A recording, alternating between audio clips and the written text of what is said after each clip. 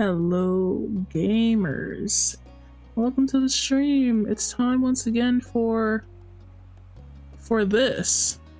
Hey KJ Cutie, welcome to the stream. We are continuing the wedding DLC for this game. I am very excited. Had to move some stuff around the schedule because normally we'd play this on Friday, but tomorrow is the fashion voting. Is that the entry period's over? It's all good. We're ready. The wedding DLC has been very good so far. I like it a lot. And I like Cove a lot more in his older self. I'm excited for context too. Also, there is a new egg up here. If you guys want to hatch it at any point in time. It has appeared. Okay, I'm excited. Well, what happened last time? Let's go over what happened last time, actually, before we begin anything here. We were proposed to by Mr. Cove Holden, and then we went to the wedding consultant office, and we made a lot of decisions. We made a lot of choices. Baxter was apparently our wedding consultant guy. It was pretty good, pretty great. So I don't know anything about Baxter. I just know I saw him that one time and he hung out with us like one time. He probably hung out with us more if I had bought more of the DLC, but I didn't. I like older Cove Holden. Now we are like on the drive home or something. Let's freaking find out. The pop and subsequent click from the opening and closing of car doors played out in sync between you and Cove. How's the audio, by the way? Is it too loud, too soft? Let me know. As he buckled in for the ride back, Cove commented on the experience. The sentence was hesitant and had an upward bend that made it sound like a question. Go ahead and ask me, Mr. Cove Holden. You can't even see him. I knew what happened. Wait, let me move the egg. I just remembered that they have they're in the little corner there. Sorry, egg. You gotta go over here. Boom. Am I not brilliant? I'm a problem solver, but Anyway. So that went well, question mark. My man is so cute. Look at his face. Sorry. It's good to see him again. Every week is good to see my man Cove Holden. Cove Holden Donuts now, by the way. That's our name.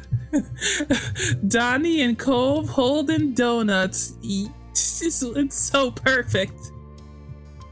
Before he could respond to the not exactly a question statement, Cove continued on with a new actual question. I mean, we got Baxter Ward as our planner somehow, but he seems good at what he does, right? Yeah, I'm sure he's competent. I mean, he's got a whole office, don't worry, I know the guy personally. Oh, I gotta stop touching the mic. I got comments about that last time. I don't know what else to do with my hands right now. I don't know what else to do with my hands. Mustn't. He put his hand on the wheel and peeked at you through the reflection in the overhead mirror. I think Baxter will do wonderfully. I just hope he doesn't suggest a monochrome color scheme. Oh, I'm so funny. He's absolutely the guy for the job. I don't know anything about him. I can't say that. As long as he's grown out of hitting on both of us, it should be fine. You didn't have an answer for him. I think I'll make a funny joke. I'm hilarious. Yeah, exactly.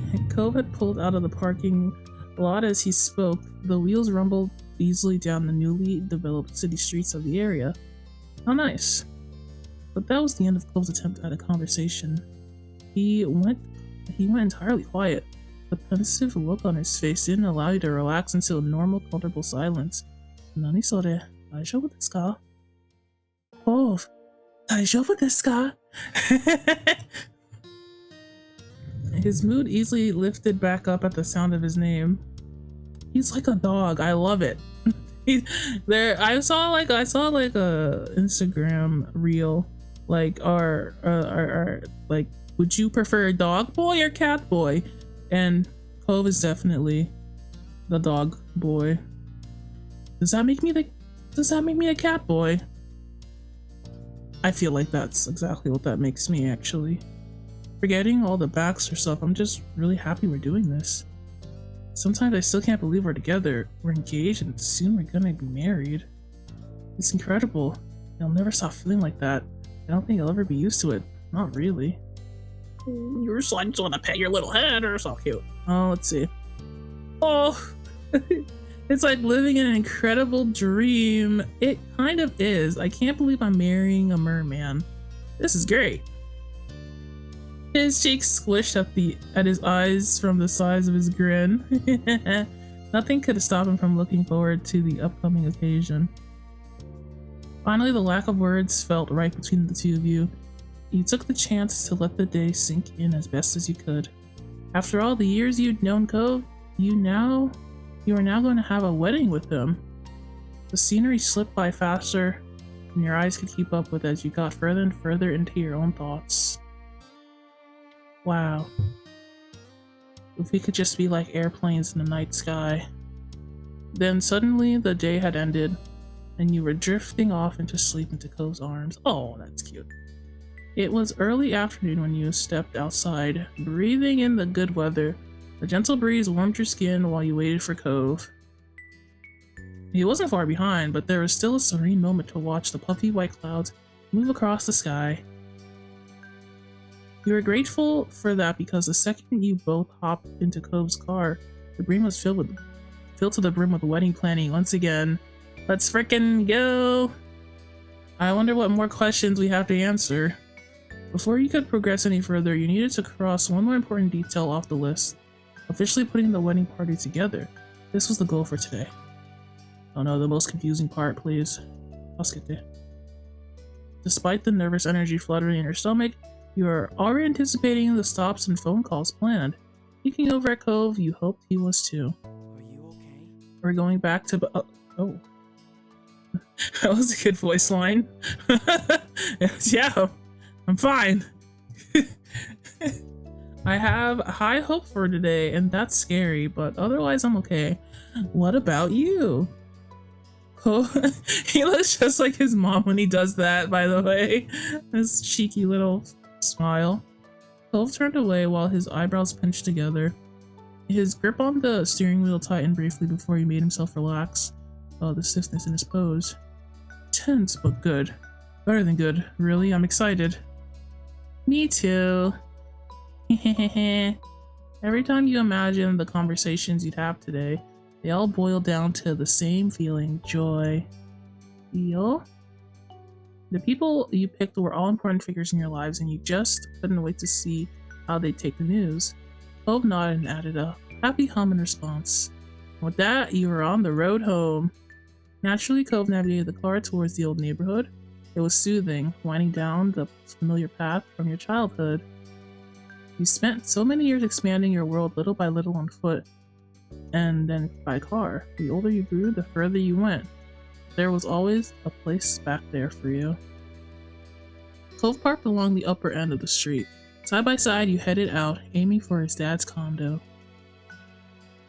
Your first visit for the day. Cove wanted to ask his father to be his best man, and you'd be there for him. Let's ask Daddy dearest. Cove's newly outstretched hand was halfway in the doorknob when he paused uncharacteristically. Actually, I'm gonna knock. You're gonna knock on your own door. I think he'll just be happy to see you no matter what. The warmth intensified in Cove's expressions. His hand changed direction and he gave the door 2 firm knocks. It didn't take Mr. Holden long to answer the door. His initial shock quickly melted into a cheery grin. Hello, Mr. Cove Holden. Hey, come in, come in! His attention bounced back and forth between you and Cove as he moved aside to let you stroll on in. Hello, Mr. Cole. Then how are you today? Hey, Dad, how are you? Great sport. Cool. Well, Clove stalled, bashfully staring down at his feet and rubbing the back of his neck. He knew just how important this was to him. This is so freaking cute. I love wedding stuff. It's so freaking cute. It's a whole like family affair. And we love family, don't we, folks? We absolutely love it, don't we? He took a deep breath and didn't wilt under his dad's growing concern. So, Donnie and I were talking about the wedding, and I realized that I needed to ask you about something. I'm all ears, son. Whatever you need, I'm your guy. He's so annoying. Anyway, I'll stop. I won't stop. I'm lying. I'm not gonna stop. Clove swallowed nervously and the corners of his mouth started to perk up. I was wondering if you might be alright being my best man in the wedding party. Mr. Holden slammed a hand to his chest, clutching his heart. He's so dramatic. You waited for any kind of sign of life. A part of you wasn't even sure he was breathing until he finally gasped in a lungful of air. Cove, you don't have to do that. You're gonna kill your old man.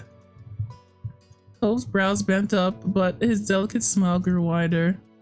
Nobody's forcing me. This is what I want. Dad, you've always supported me. For the good and bad, for my whole life, you've taken care of me. His expression was earnest as he stepped forward. Her chest swelled with pride, listening to Cove's honest plea. Why would I want somebody else to be my best man? Oh, that's so sweet. Mr. Holden has grown on me, but I'm still at odds with him. Like, I don't hate him anymore, but this is... I just accept him for the goofball he is, I suppose. Completely touched, Mr. Holden grasped his son by the shoulders and then wrapped him in a hug. Phil embraced him just as tightly and rested a cheek on his dad. Oh my gosh, that's so freaking cute. There's nothing in this world that would stop me from being there for my boy.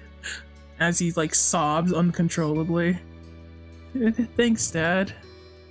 Sniffling, Cove's voice came out softly and laden with emotion. With teary eyes, Mr. Holden invitingly reached an arm out to you. They're both such crybabies, bro. Yeah, I declined. Oh, fine. I'll freaking join your stupid hug. 1/3 of this hug is fine. That simple invitation instantly had your vision clouded with tears. The Holdens felt like family to you. Right now it settled in how much all of you are now, without question, family. Inching forward, you let yourself be pulled into their loving embrace. You clung onto them both. Finally, Mr. Holden pulled back, letting his shaking form settle in. You know what I would do in response to that? I'd be like, ugh, fine. There's your stupid hug, Mr. Holden. I wouldn't be crying for sure. Well, I'm sure you're both busy, so I won't keep you. Mr. Holden crossed his arms. Despite his misty eyes, he beamed, taking in the sight of you and Cove. But I really appreciate both of you coming by. And I'm around if you ever need anything. Sobbing uncontrollably. Thanks. And yeah, we need to invite the rest of the wedding party before we see the wedding planner later. You are our very first stop today. Congratulations, Mr. Cliff Holden. I feel like I never say Cliff. I feel like I always say Cove. Their names are so similar. I'm just like... Okay. Mr. Holden manages to brighten even more hearing that. Cove shyly nodded and rubbed his arm. Very good. You're being so responsible. I will hold you up on your way. Go! My son! Thanks, again. I guess we're on to the next stop. He glanced over at Cove, he nodded surely, and he felt a calming surge of confidence. Have fun spreading the good news. You will. Bye, Dad. See you soon, Mr. Cliff Holden. The sun was warm on your skin as you left Mr. Holden's house. Stretching your arms overhead, you pivoted to Cove, feeling refreshed. Ready? Yep, let's go. You moved your attention to your mom's place right in front of both of you. You pointed at the house. We're already here. It's so true. Stepping up to the condo, you rang the doorbell and waited. The longer you stood there, the stranger you felt. Because this still felt like your own door. The expression on your face pinched together oddly, but it was short-lived as your mom swung the door open and validated your thoughts. Hello. Oh, sweeties, welcome home. Hi, mommy. She eagerly ushered you both inside towards the living room. Ma then went over to the hall and cupped a hand on the side of her mouth to be heard in the other room. Pam! Come see our guests! Mom curiously peeked out the bedroom door. When she realized who it was, she beamed and gave you a little wave. Hey, kiddos! Hi. I miss both of you. Your mom's expression softened. Mom joined you all in the living room, standing alongside Ma. What can we do for you today? We've both been working on some wedding preparations, and we're hoping you to include you in that. I wonder what that could mean. Ma raised an amused eyebrow, then turned to Mom. Shyly, Cove glanced at you, wordlessly asking for you to take the lead here. Mom and Ma, would either of you want to be part of our wedding?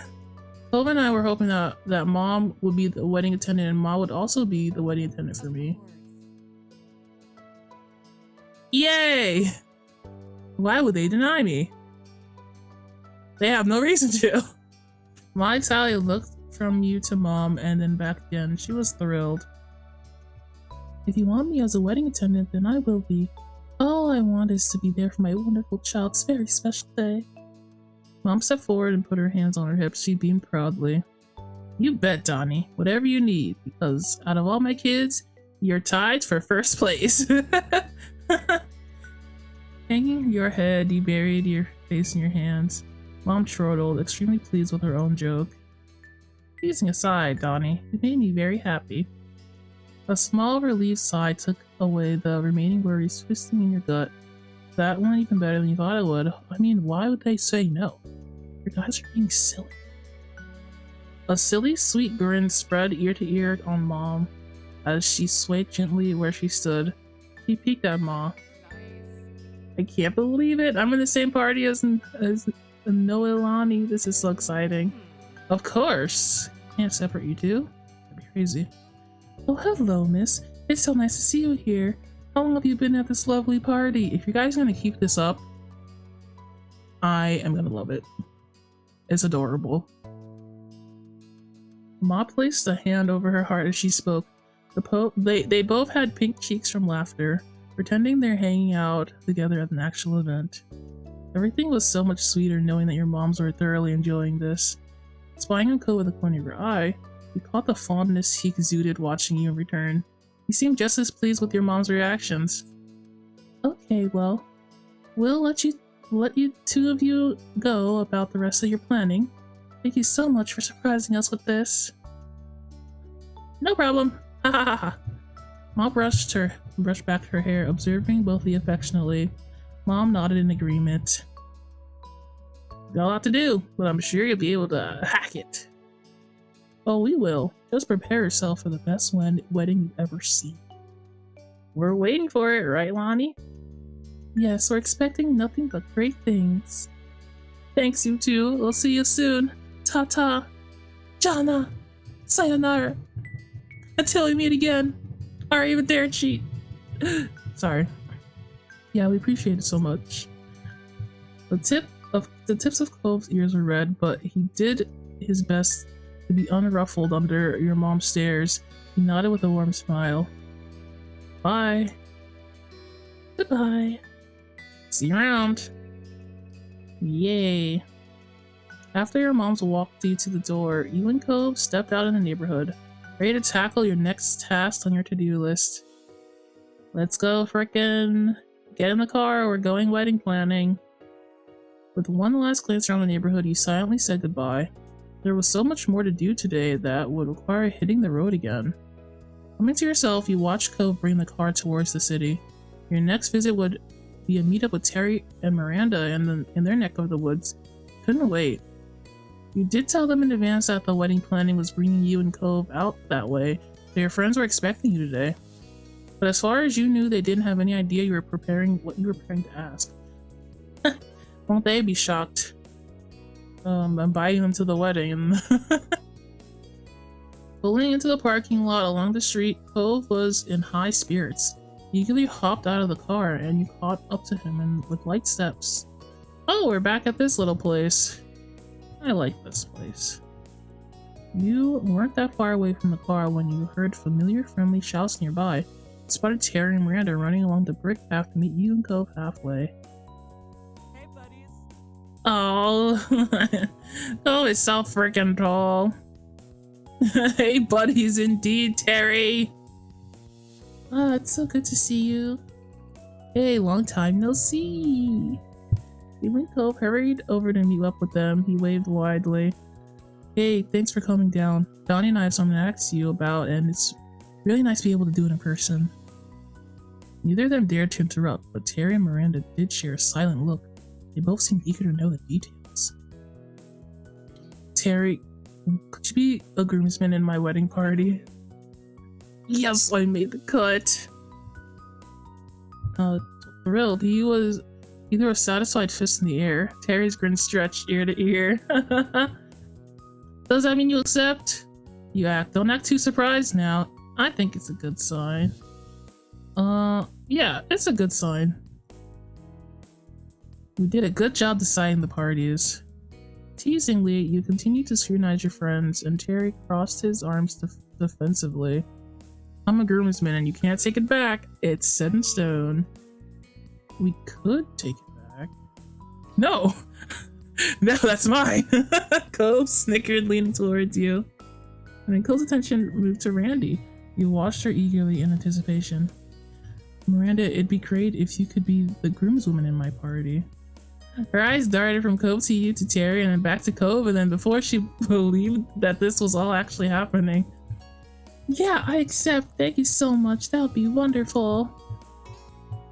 Terry cheered again, pulling Miranda in for a one-armed side hug. Cove put a hand on to his chest and let out a small sigh of relief. Go Team Cove! Yeah, Team Cove forever! Hey, Donnie's party is just as good. I'm marrying Donna, remember? We like them. Go Team Cove! My party is 1,000 times better than Cove's is? Oh, come on now. Oh no, putting them together in the same party was a mistake. I'm gonna say go Team Cove. You cheerily moved your hand like you were waving a flag. That got a hearty laugh out of both Terry and Miranda. Team Donnie and Cove's wedding forever. Terry put his hand on his lips and nodded sagely. That's the truth, Randy. Seriously, thanks for this. Yeah, it's super nice to include us in the wedding parties. Of course. You wouldn't imagine the wedding any other way. Thanks for meeting up with us today. It's nothing, but you'll probably have to get going now, huh? Yeah, we have a meeting with the wedding planner pretty soon. The Baxman! With a curt shake of the head, Cove rolled his eyes completely unamused. Miranda brows furrowed. Wait, I thought you were joking when you mentioned that. Is he really planning your wedding? He is. What's the problem? Oh, wow. Oh, wow. What happened? What do you mean, wow, wow? Do we like Baxter? What happened? It's definitely something, but that's not what we were going. That's not what we're doing. We're going to. Oh, blah, blah, blah. What's she saying to me? But that's what we're doing, and we're going to go do it now. Okay. Okay, Cove. Cove awkwardly rubbed his arm, understanding. Terry gave a thumbs up. But to take it from context clues that he was like Baxter was pseudo flirting with us. Because you do get to date Baxter. So I suppose it's a bit awkward if, like, in the rest of the story, like, he tried to, you know, try to put the schmooves on you, perhaps. IDK. Safe travels. Bye, have fun. Thanks again, we'll see you both. Mata. Terry and Miranda remained on the walkway while you and Cove returned to the car. When you were alone again, you spoke up. That was good. Yeah, that was pretty good. Yeah. He wasn't facing you, but you could still admire the happy curve of his lips.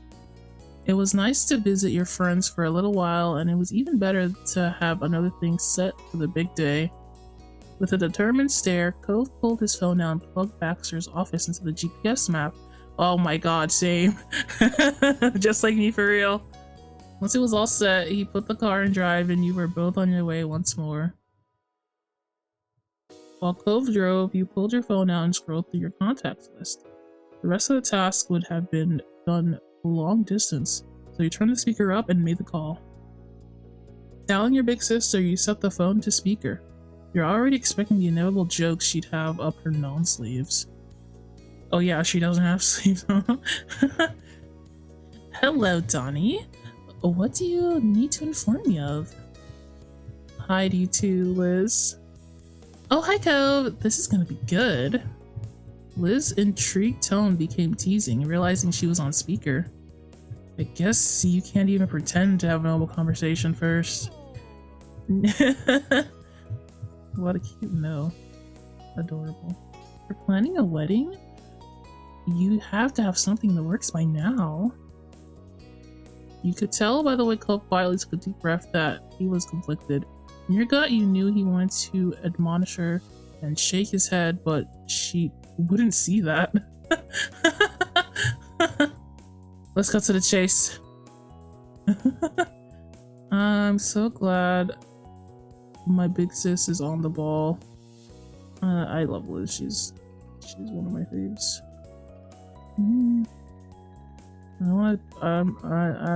I have no choice but to be sarcastic. I know, I'm delightful. You really are. And Cove and I were hoping that you'd be a wedding attendant for me. I knew it. The only reason you both be calling like this is to act something like that. Yeah, you're very clever for cracking the case. That's correct. It makes sense, and of course you'd request me be involved in the wedding. Liz cracked up over the line. She needed some time to collect herself, but when she did, she spoke much more earnestly this time.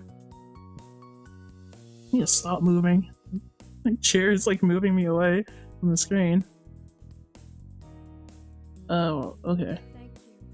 But that aside, honestly, I'd love to be your wedding attendant. Thank you so much for having me. No, thank you. This means a lot to me. Me too, little sib.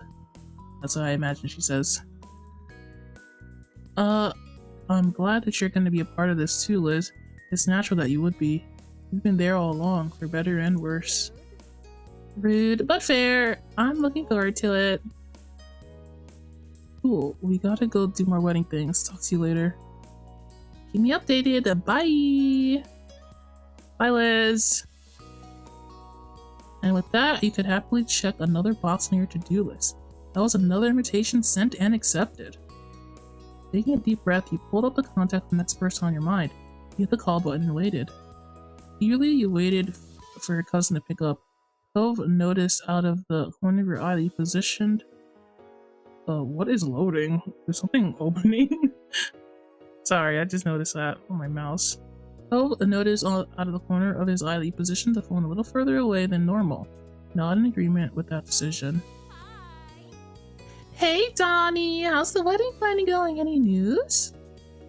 Here we go. This is gonna... I hope she's happy about this. She's gonna... I feel like he's gonna scream at me. Despite his amused tone, Cove still held the wheel more tightly, bracing for the volume of the coming conversation. He was clearly already excited for any potential scoop. Oh, is that Cove? Hi! Hi, Lee. She uncharacteristically remained silent for the greetings, waiting patiently for what this was about. Hey, Lee. you know, I'm cutting to the chase. Yeah? Leaving my maid of honor? She gasped dramatically before launching into a series of high-pitched questions. The maid of honor? Me? Really? She chuckled comparatively quietly. Definitely glad that she chose to keep the phone at a distance. Yup, Lee, you.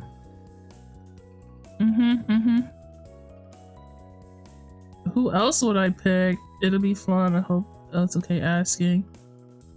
It'll be so much fun. You used your most enticing tone. Come on, what are you thinking? Totally, yes, I'm in. You know I am. Yes, I lovely. I knew she'd be excited. She'd freaking scream in my ear too. I'm still just stunned about everything. My cousin's getting married. This is gonna be so amazing. Thank you, Lee. We appreciate the support. That's what family's for. I'm just always a phone call away. Thanks, Lee. We have some more wedding-related things to do, so we'll pick this up again later. Works for me. Good luck with the planning, and I expect a detailed report face-to-face soon. Of course. Bye, Lee. Bye, Donnie. Bye, I'm still here. I never forget you. Bye. Energized? You hung up already. Awaiting the next time you'd see Lee in person. Stretching your arms out, you pleasantly took in the world rolling out by the window. Taking a deep breath, you pulled the contact for your next person in your mind. The call button and waited. Who am I calling again? Who the hell is next? It is Kyra. Okay. Staring at Kyra's name, you hoped she wasn't too busy. Luckily picked up only after a couple rings. Mommy! Hello, Donnie. Hello, baby. Hi, Kyra. Hi, Mom. How'd you know I was there? When are you ever far from Donnie? Especially what's been happening lately? Yeah. How are my best kids doing? Good, really good. Donnie and I actually have something that we want to ask you. Oh, I'm all ears. We'll left it open for you to ask. Thank you. I want to ask if you would be a wedding attendant in my party for the wedding. Oh, Donnie, that's so sweet. Of course I'd want to be the wedding attendant. How could I say no? You can count on me. I'm so glad. Thanks, Mom. Yeah, thank you so much. Hey, that's what I'm here for. We have to keep going with more planning, but we'll talk to you later, okay? Good luck, my babies, and take care. I'll see you both again soon.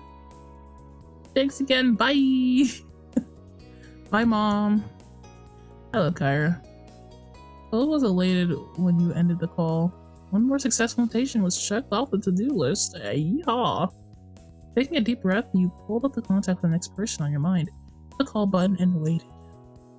You didn't have to hover over Derek's name. You hit the call without another thought. You picked up before the second ring. Hi, Derek. I don't know. I barely know you. Hey, it's Derek. How's it going? Hi, everything's great. Hey, Cove's there too. Talking to Derek always raised his spirits. He chuckled watching Cove's grin widen. Hey too, and Cove's right. Things are good. Oh my god. Awesome. Did you both need to talk to me about something specific, or is this just for fun? Yeah, about that. I was wondering if you want to be a groomsman for me? Oh, hell yeah. Of course I want to be in your party. Dude, I'll be there to catch you if you faint. I'm gonna be an intense emotional. It's gonna be an intense emotional day, and you're. Oh, I feel like he's such a dude, bro.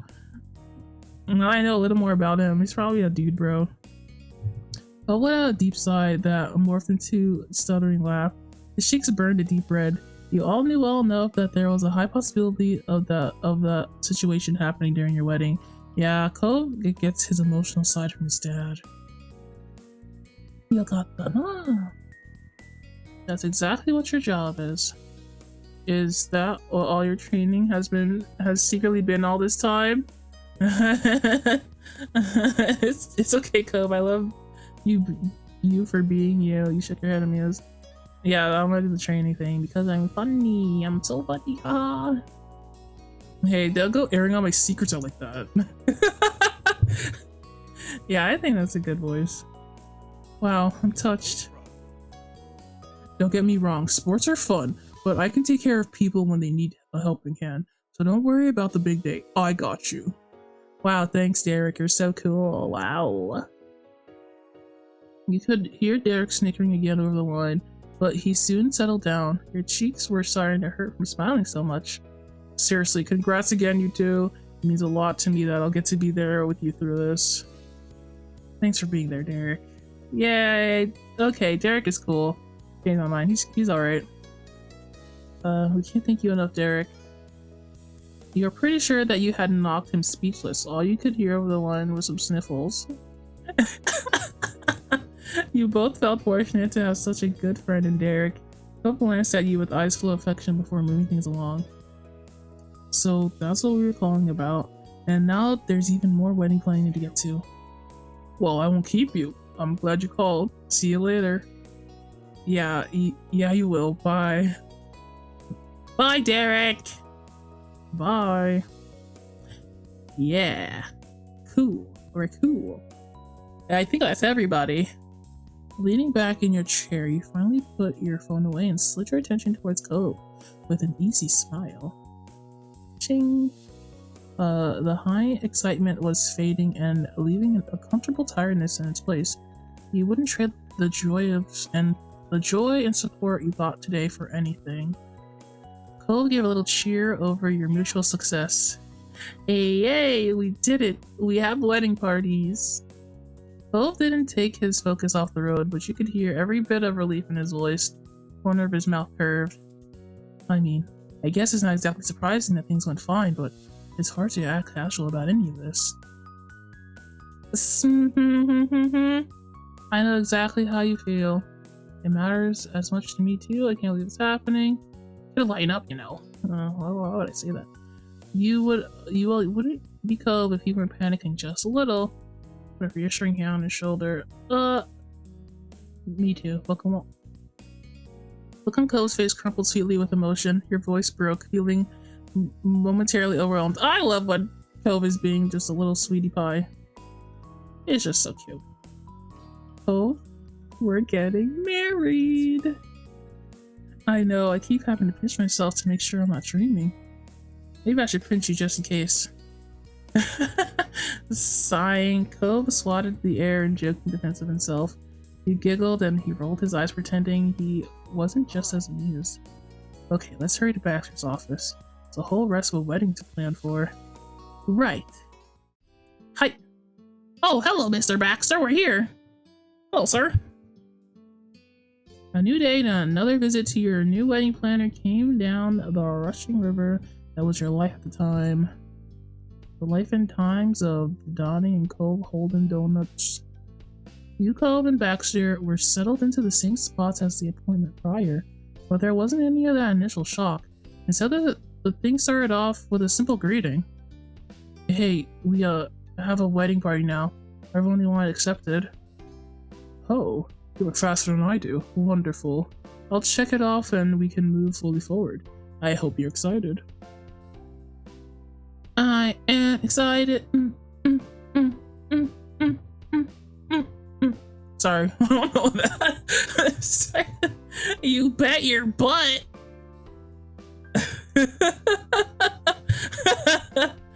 Cove stutteringly giggled over the conversation. Me too. Me too, me three. Well, he pulled out his pen while crossing his legs in a fluid motion. Our company has its own in-house photographer for your event, so that's taken care of. But there's the meal catering, cake, and other dessert you want. I want cake! Hey! I want cake too! I want chocolate cake. Can we have chocolate cake? I know that's not... I don't know if that's typical or not. Baxter coyly grinned at the abrupt interruption, unbothered. I'm sure you'll get your treat then. Along with those are the outfits for you both. Can I... Are there like actual outfits? Can I pick an outfit for him? I think I... Wait, did I? I don't remember. And you'll naturally need to decide where the ceremony and reception will be held. I know exactly where I want it. If you're feeling unprepared to make a call on any of that now, we could always start with dance lessons. What are you feeling? Let me know. Knowing where the wedding is gonna be is pretty important to get done, but on the other hand, there's a big thing that's kind of intimidating. I know exactly where. Don't worry about it, Cope. My mind is rushing trying to read this. So Cole tilted his head back and forth, mentally working through his opinion on the matter.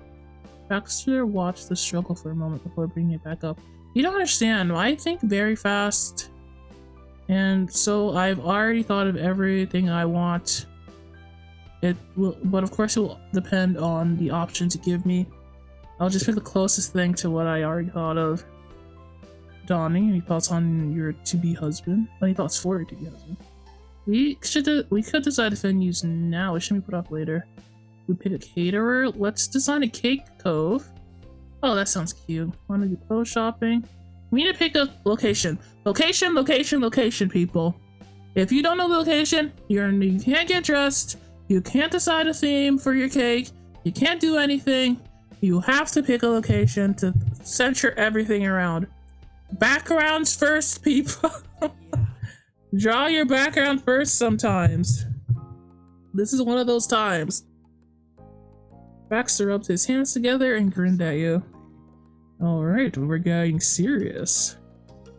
Cope gulped, his Adam's apple briefly retreating up into his chin as if afraid. But he nodded. What are you afraid of? You're afraid of drawing backgrounds, Cope? It's not as hard as it looks. Don't worry about it. Tony's right. We should decide this. His eyes met yours as he bobbed his head again. Let's do it. I love when his lips do the little wiggly thing. It's so cute.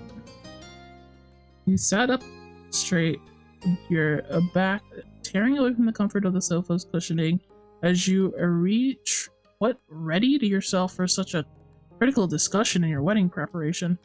Here we go. This is so important, guys. Good. There are stunning buildings in the area which used to be private locations, but have since opened up specifically for wedding ceremonies for any couple who'd like to make use of them. Naturally, there's also plenty of commercial locations which can easily host full-sized after party for your reception. His mouth twitched into a sly smile. Or if you prefer something outdoors, there's always the beach. We're going to the beach, baby. Let's freaking go. He chuckled, fully aware of what an obvious suggestion that was for his current clients. You could go for a spot that can host both parts of the wedding, so it's entirely in one location. There's no harm in making a little trip from ceremony to reception afterward, either. I feel like I've been to receptions where they do that a lot. It's entirely up to you. It's complicated though. It's like, okay, wedding's over, get in the car. Chop chop, get in the freaking car. Where you going? He held up a hand, stopping himself mid-flow, but continued to smile wryly. But I don't wish to get carried away in a free ramble. Where would you like us to start? He leaned in, not planning on missing one word. The hand which he'd held in the air, now propping up his chin. Okay. Oh my, can we talk more about the reception? Oh, there's more options than I thought. So you're in love with Baxter? Well, if one were to be in a romantic relationship with Baxter, I would be interested in seeing how he acts. You know, like outside of like just talking to, you know, like anybody. I'd be interested to know that, but it's more of a curiosity thing. That's over Cove curious what he was thinking. I want to know what Cove would prefer. No, Cove doesn't want to think about it. It's okay, I can think about it. Can you figure out what this reception would be held first? Reasons why you could get the DLC. I know. I'm curious more than anything. I don't know that I actually like Baxter, but you know what I mean? I'm very soft for the good boys. You don't understand. Cove is a very good boy. Yeah. He bit his lip before speaking again. His voice was soft and sweet, but a little sheepish. That's the one I'm most excited about too. Oh, okay, well there you go. I know him at the back of my frickin' hand. Gladly. Relaxed back into his rolling chair, then took out a phone with one hand while extracting his pen with the other. I can do that. I've got photos of the places I mentioned to let you actually get a feel for the scene. Baxter tapped away at the screen, pulling up the previews of potential ceremony locations for your wedding. While he was partially preoccupied with that, he rattled off specific kinds of locations you could use. So there's a few spots I'd like to show you. There's a mansion that was formerly privately owned, as well as a church, mosque, or synagogue in the same vein. There's the beach, as always, or perhaps a different outdoor spot.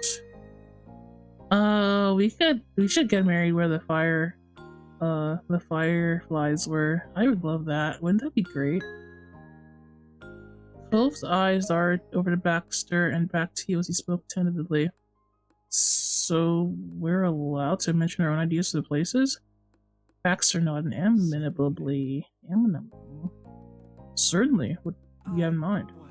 Well, I know exactly what this guy's thinking. It's what I wanted to do. The outdoor wedding with the fireflies would be so pretty, would it not? He wasn't looking down at he was looking down at his shoes as he spoke. Oh, you're so sweet. Taking a deep breath, he glanced over at you. There's the Poppy Hill.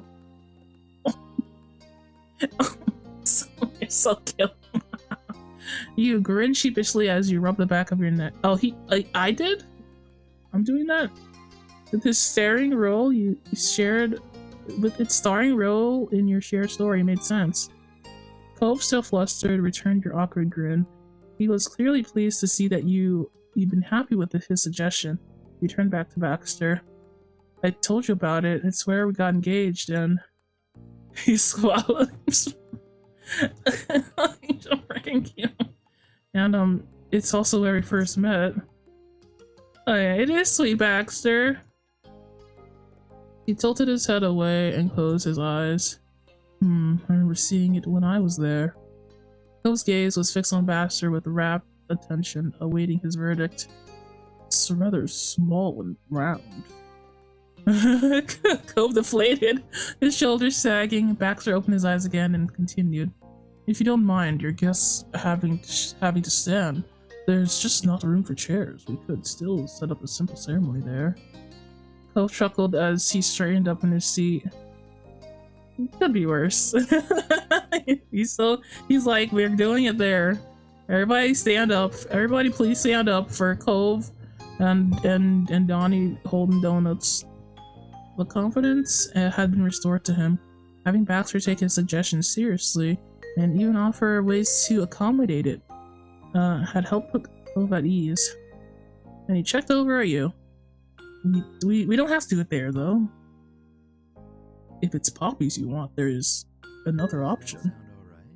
I know of a bigger, flatter field of those flowers in the Sunset Bird area. It would be spacious enough to have a full setup there. Cove tilted his head as he peered at the phone, really intrigued by the news of another source of his favorite flower. Oh, that's cool. It did sound like it might be a quite stunning location. He began considering the possibility. Good to hear. Baxter spread his hands wide, holding the pen and his phone, holding the pen in his phone with his fingers so that you could see the palms of each hand.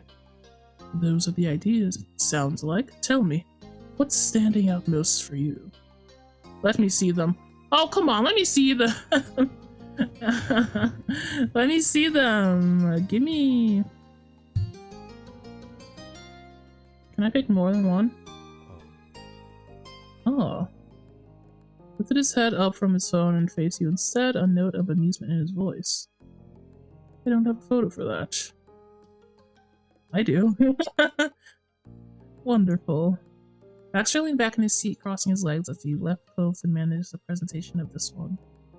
He saw the trembling in Cove's fingers as he tapped through the gallery. He's so freaking cute. Looking for the photo of the hill, in spite of Baxter's earlier show of support, he was still nervous about the idea. I'm surprising him on this one, Even though you weren't looking at his screen, you knew the instant he'd found a photo he'd been searching for. Just seeing the picture on his phone made him draw a deep breath through his nostrils. It's such a beautiful location. I mean, come on. If I had if I had an actual wedding, this is the kind of location I would actually want. Cove held out his phone for everyone to see, and there it was. Your childhood self had been wrong. People could have pills, and that was yours, and it was his. He started before drifting off. He tried again, pulling his thoughts and feelings into words as best he could explain it. It's our hill. It's not that impressive or flat enough to put chairs on for guests, but you can get married there if you want to. Where we met, where we got engaged, where we spent our life growing up together. Cove's voice was sweet as he spoke, but his eyes were earnest and open. You knew that he was really you knew what he was really asking was your honest opinion, whether you want to get married there or not. I'm gonna save. Like I genuinely want to see the other locations, but I'm gonna pick that one probably anyway. Okay. Let's talk about another. Let's go. I want to see this presumed poppy hill. Baxter made a ring with his finger and thumb and gave an okay sign. Took him a while to find a good photo. That was fair since it wasn't a venue that he'd initially suggested. But soon he had his phone turned towards you and Co for inspection. Oh! Wow. Cove's eyes stretched open as far as they could go as he... This is in Sunset Bird?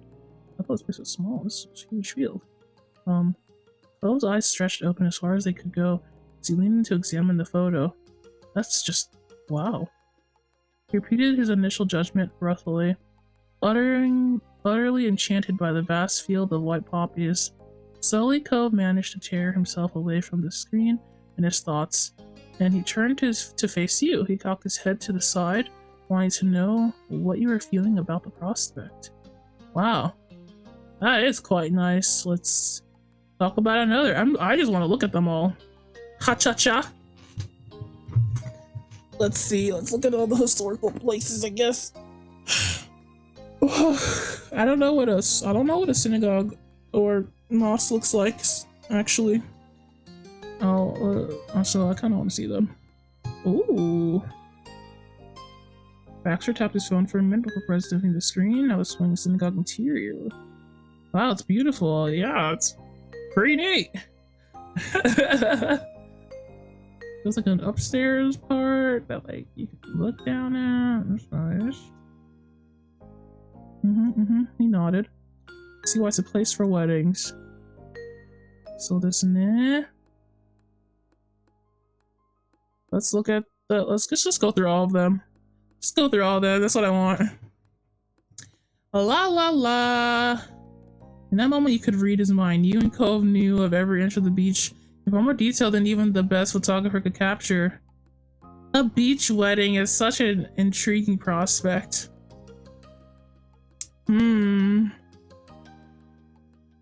Still, for the sake of what must be his normal protocol, pulled up a picture of the local shore for you and Cove to examine. Cove replied promptly. I love it. He loves it. You don't say. What? Cove loving the beach? That's crazy. That's crazy. Cove glanced down demurely at us and scratched his cheek. We spent so many days there growing up in Sunset Bird, and so many of those were with me. It's definitely a place of history for us. Baxter smirked. I have to pick one of the places that has the most sentimental value for him. If you went with this spot, oh, it's Baxter talking. If you want this spot, it wouldn't be the first little party I've had with you on the shore. Oh yeah. Cove smiled nostalgically at the memory. As that memory came back. We got together with pretty much everyone and hung out all day that one summer. That was nice. It was. I'll always remember that day. Good times. It'll be wonderful to have more days like that. Good times. Yeah, very good times. Baxter's smirk mellowed into an easy smile as the diversion came to a close. La la la! I want to see the mansion. Give me the mansion. Ooh, that looks like the Dragon Quest castle where Yusha had his birthday. That's a very specific reference, but that's what it reminds me of. Baxter brought up a series of promotional shots of the building's interior to give you a sense of the space. Gilded columns framed sage green walls with arched windows that reached from the floor to ceiling to fill the room with sunlight. This is like a reception place, I feel like. Wow. Not necessarily a wedding place for me. That's fancy. His eyes were wide as he stared at the picture as he gulped unexpectedly. This one makes him feel nervous. I feel like somehow, no matter how hard I try to scrub myself down, I'd still end up leaving bits of sand on the super clean floor. It's just inevitable. That makes sense, honestly. You laugh. I don't know how you manage it, but it wouldn't surprise me. You recalled more than one occasion when Cove had pulled out his wallet and a dash of sand spilled out along with it. He just entered the room by going through the window. Yeah. Cove's grinned wide as he studied you, keen to get a sense of what you felt about the location. I'm looking at all of them, Cove. What are we doing here besides looking at all of them? Baxter flipped through the images on his phone with his thumb before landing on the one he was looking for. This is the mosque? Wait, what is this? I didn't even know what I clicked. He turned the phone around so he could see it. That is stunning. What is this? I've never been to a place like this. Cove leaned in to better inspect the fine details. Definitely look for a ceremony. I think that was a synagogue? No. Yes. Yes, it was a synagogue. Oh, okay. My finger was a blur as he worked through the open tabs. Once he got things set up in the internet, he showed the phone to you and killed once more. Okay. Phil brought a hand to his open mouth, nodding. That's gorgeous. The ceremony would really look incredible if we held it there. Yeah. I see. No, we're loading. That's how we saved. Okay, actually, I do like Poppy Hill. I know it's small, but I don't care. I just want to be there because I know the fireflies are there, and the fireflies will make the night really pop off. You know what I mean? Those eyebrows rose in response to your statement. The Poppy Hill? His wavy eyebrows relaxed, sloping gently as he smiled softly. I would love that. It'd be perfect for the two of us. Your body tried to gasp and laugh in excitement at the same time, building a short, breathy snort followed by an exhilarated giggle. We're gonna have a Poppy Hill ceremony!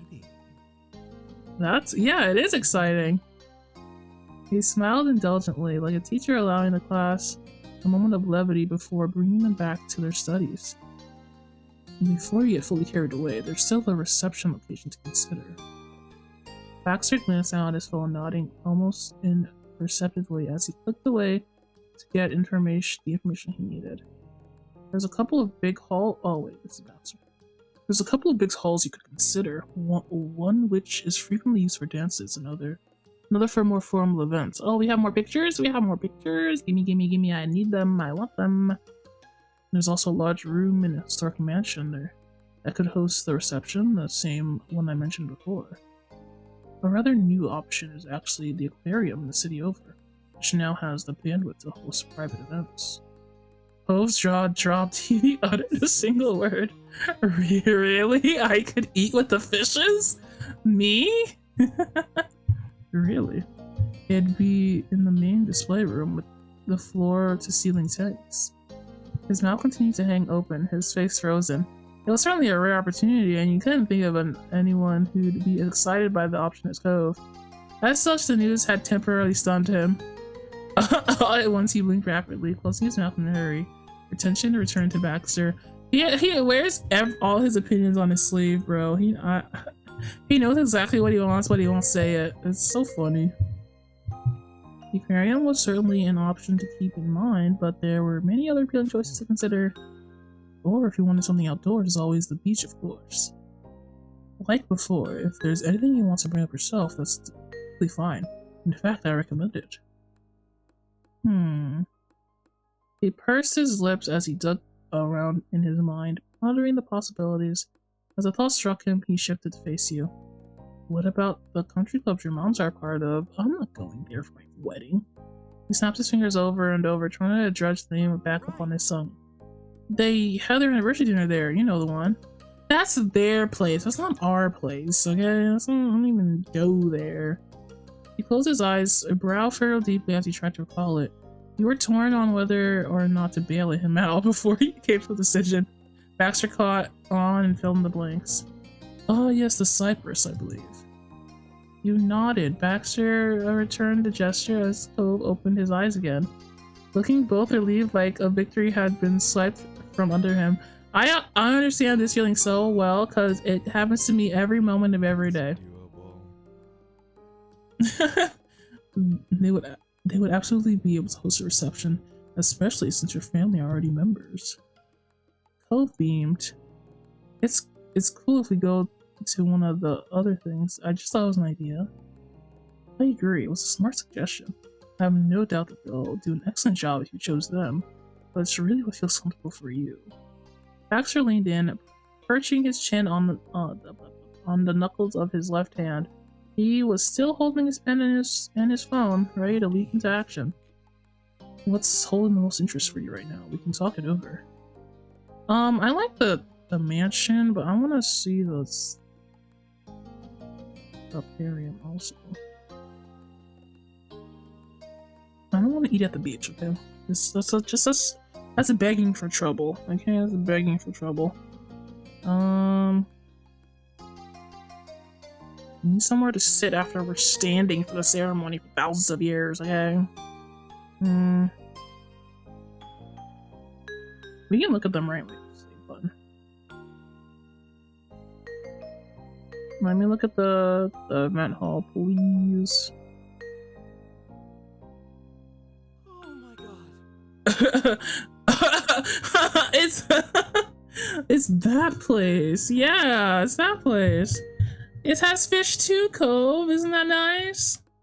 He pointed at his phone in excitement, though there was no question of what he was thinking about. He tapped his finger towards it and he continued gushing. Yeah. Orca holds events there.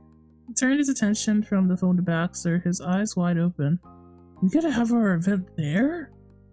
Baxter gave the tiniest nod, smiling serenely as he continued to hold out the phone. Cove gaped, the realization still sinking in.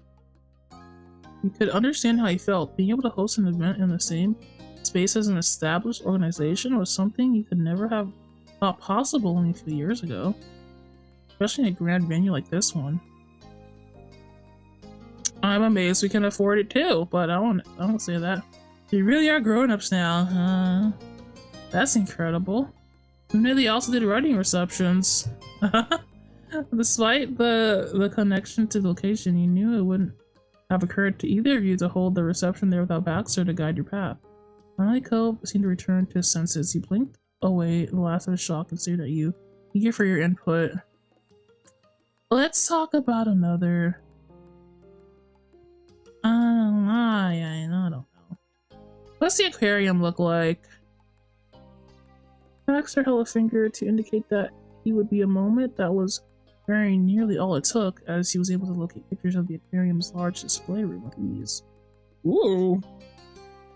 Okay. It's very fancy, but it's a whole town over, Cove. You know what I mean? Cope gasped with such intensity that he choked. Dang it, Cope! He turned to him alarmed, but he already recovered and was leaning in to look at the phone. His knuckles taut as he gripped his knees. I've never been to that aquarium. He's so normal. He is so normal about this, guys.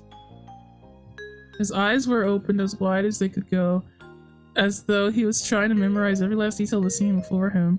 His mouth shut at last, fixed in a tight, intense line. He was super into this location.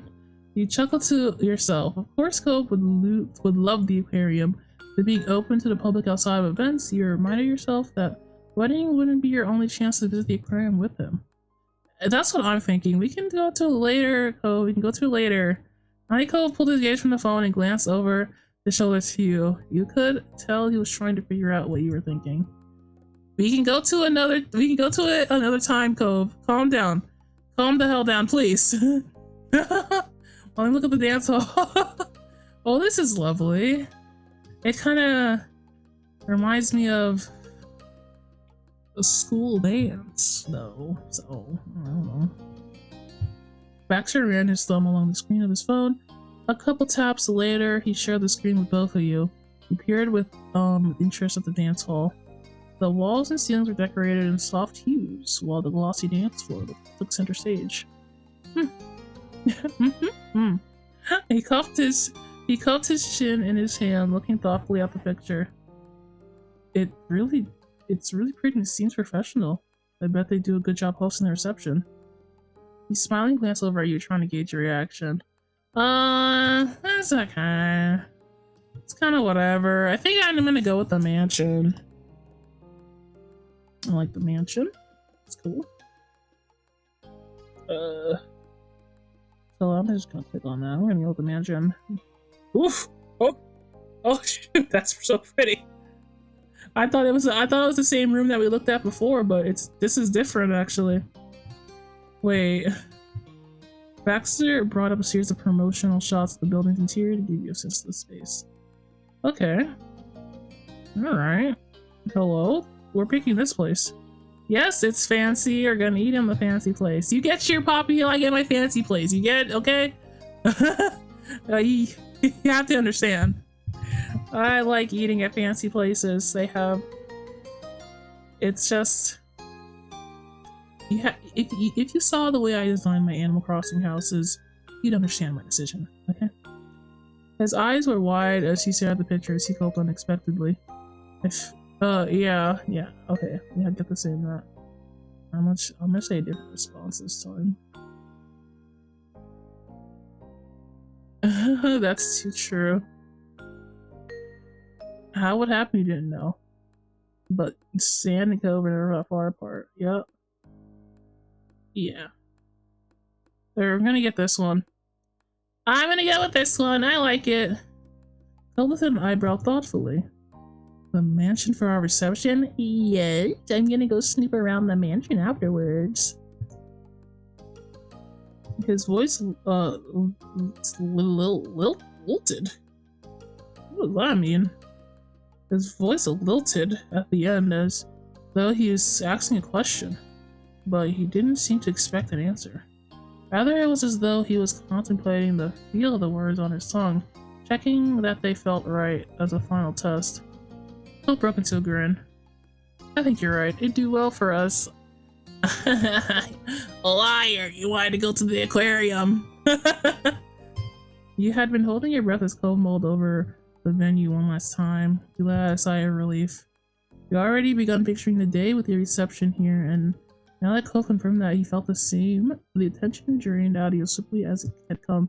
I'd be okay if he had his own opinions. He wanted to go to the aquarium that bad, you know, fight for your fishies, boy. You're the king of them. I know it. Your energy was mounting. With the venues picked, your idle daydreams of the big day moved from hazy imaginings to sharp clarity. Excitement radiated off you and onto Cove. He pulled himself closer to you on the sofa, legs brushed against each other. Uh-oh. How lewd. Sensing that his audience was becoming distracted, Baxter quickly spoke up. Ceremony at Poppy Hill and the reception at the mansion after. Looking thoughtful, Baxter tapped his pen against the side of his desk. Your eyes were drawn to the source of the noise. He tilted his hand as if to tap once more, then idly rolling between his finger and thumb, and he smiled. Sounds like a wedding. I'll make it happen. Cove spun to face you, his eyes alight with glee. You get your wedding locations. You felt every thump of your heart beating in your chest. It was a thought so simple, yet so monumental that you were struggling to accept it all at once. You knew where your wedding was going to be. Oh my god, I'm thrilled. I'm happy. I'm crying. I'm pissing. It's great. Everything's great. I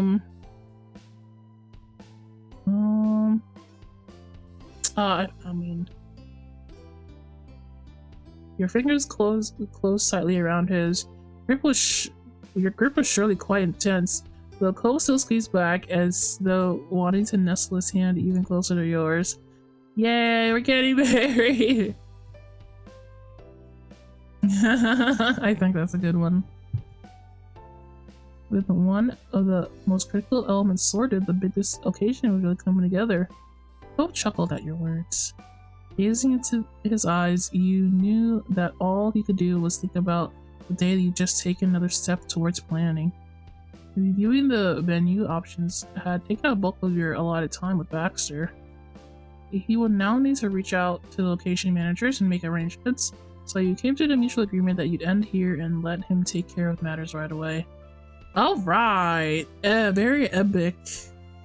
Goodbyes followed, then you and Cove giddily left the office and spilled out into the street together. It was a great way to end that day's work. You and Cove arrived at Baxter's office on the dot of the allotted time. We're already here the next day! It's the next day! Wow, that's so fast. Resuming, boys. Resuming. Vulturing were still high from the preparations of the previous day. Literally 5 seconds worth of a break. And we're back, baby. We were settling down, the process had gone on. Cove's nerves had shot back to their initial appointment levels. It's reset. I pressed the reset button by accident, guys. That's my bad. Greetings were exchanged and Baxter didn't leave a space open for Cove to get lost in. Your planner went right to the point. What shall we be doing today? What shall we be doing today? Yeah, that's good, Donnie. Good job reading. How about we caterer? Let's design a cake. No. Damn it. We have to pick our clothes first. Because that is important to me. That way we'll know exactly what to tell the cake topper person to make our little guys out of. Obviously we're gonna have little Animal Crossing ones. You know, very important situation. Wonderful. He claps his hands together at the thought. I can imagine you both look incredible, so I recall that you both planning on getting your outfits together. It is a couple's only time, or are there plans to bring anyone else along? I want my dad to come. Don't make your dad come to the steak! You son of a gun. Dang it. Oh, I guess it'll be a little more interesting of a shopping trip, wouldn't it? It sounds like something a best man should do, right? I mean, I know my mom would want to come too, but she doesn't live close, so, you know. Cove shrugged weakly. Baxter nodded with a faint quirk of humor in his expression. It'd be nice for Mom to see you on our actual wedding day, though. Yeah. Why is it surprising every time Baxter speaks? It's deeper than I think every single time. You felt for Cove, familiar with the issue yourself. You could think of a few geographical unavailable people it would have been nice to bring with you as well. Maybe you can send your mom pictures? No, I think it'd be a fun surprise. Yeah, Let's surprise them. Even though it would have been nice for Cove to share the experience with his mom, you were sure no matter what Cove wore, Kyra would still be just excited to see him on the big day. Do you mind my dad coming along? I do mind, but I'll have whatever makes you happy, Cove. That's what I'll say. Do I want him there? I don't, but it would be funny for him to be there. That's the only thing. It'll just be funny, so it's fine. A small smile crept over Cove's face. Yeah, you're welcome. Don't ask me for anything ever again, Cove. I'll give Dad the heads up so he'll be ready. That's great. Good. I'm happy for you. And I tell my moms that they can come too. It'll be a father bonding time. I'm sure we'll all have a good time. I'm bringing my moms too if you're bringing your freaking dad. Goodness gracious. But it would be so funny if it was just him.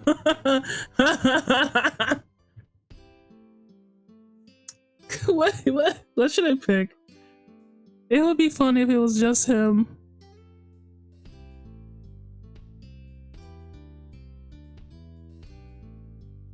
I'm gonna say that it's just him. Sorry, moms.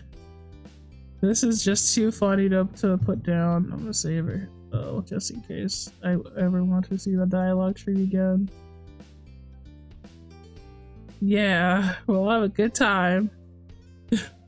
He scratched the back of his head, unintentionally mussing up his own hair.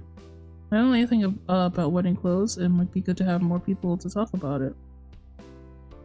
With all that decided, Baxter rubbed his hands together in satisfaction. Perfect. But before you run off on the next outing, you best choose where you're going. Do you have a preference on which stores you'd like to visit? There are 2 excellent local shops that should be able to set you both up with whatever you need.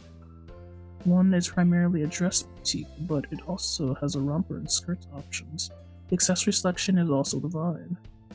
There's also a shop that focuses on suits, pantsuits, skirt suits. They have it. Pantsuits, skirt suits, they have it. They also have all the relevant additions that you'd likely want. I'm gonna wear suits, so I guess I'll need to go to the suit shops. I want to go to the suit shop too. I've never seen a suit shop. I watched a lot of Say Yes to the Dress, but I've never been in a suit shop.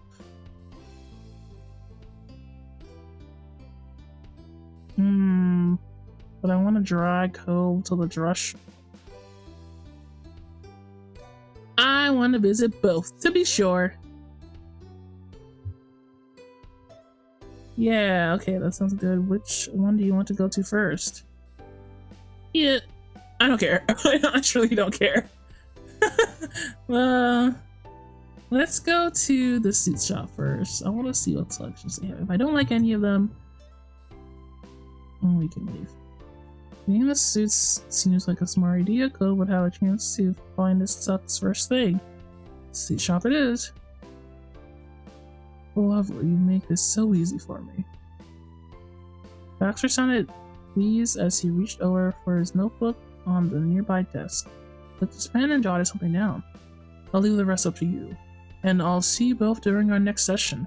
Good luck. The smile was curled but bright. He waved you both off. Thanks. Yay! Cove's voice was nervous as he started to shuffle out. You caught up following him. See you next time, Baxter. I appreciate you making videos. Toodaloo! Bye-bye! Time passed from your meeting to your planner, and soon you both were out your big shopping trip. Yay, shopping! Yeah! You know what? Maybe these guys are gonna choose my next outfit, actually. Let's see. The time came for the big shopping extravaganza. Hugh and Cove piled into his old car and drove off, ready for what was to come. There was a pit stop at the old neighborhood to pick up Mr. Holden. Conveniently, he was in the direction of the shops. Wow. Cliff clambered into the back seat, happy to have been invited. I bet he did. Can only imagine. The 3 of you have a nice drive. The conversation is slowly hyping up your destination. You got several interesting suggestions that you assumed were jokes. I hope those are jokes, Mr. Cove Holden. I mean, Cliff Holden. Cliff Holden, right? Of course, that's your name. I know your name. I pay attention to you.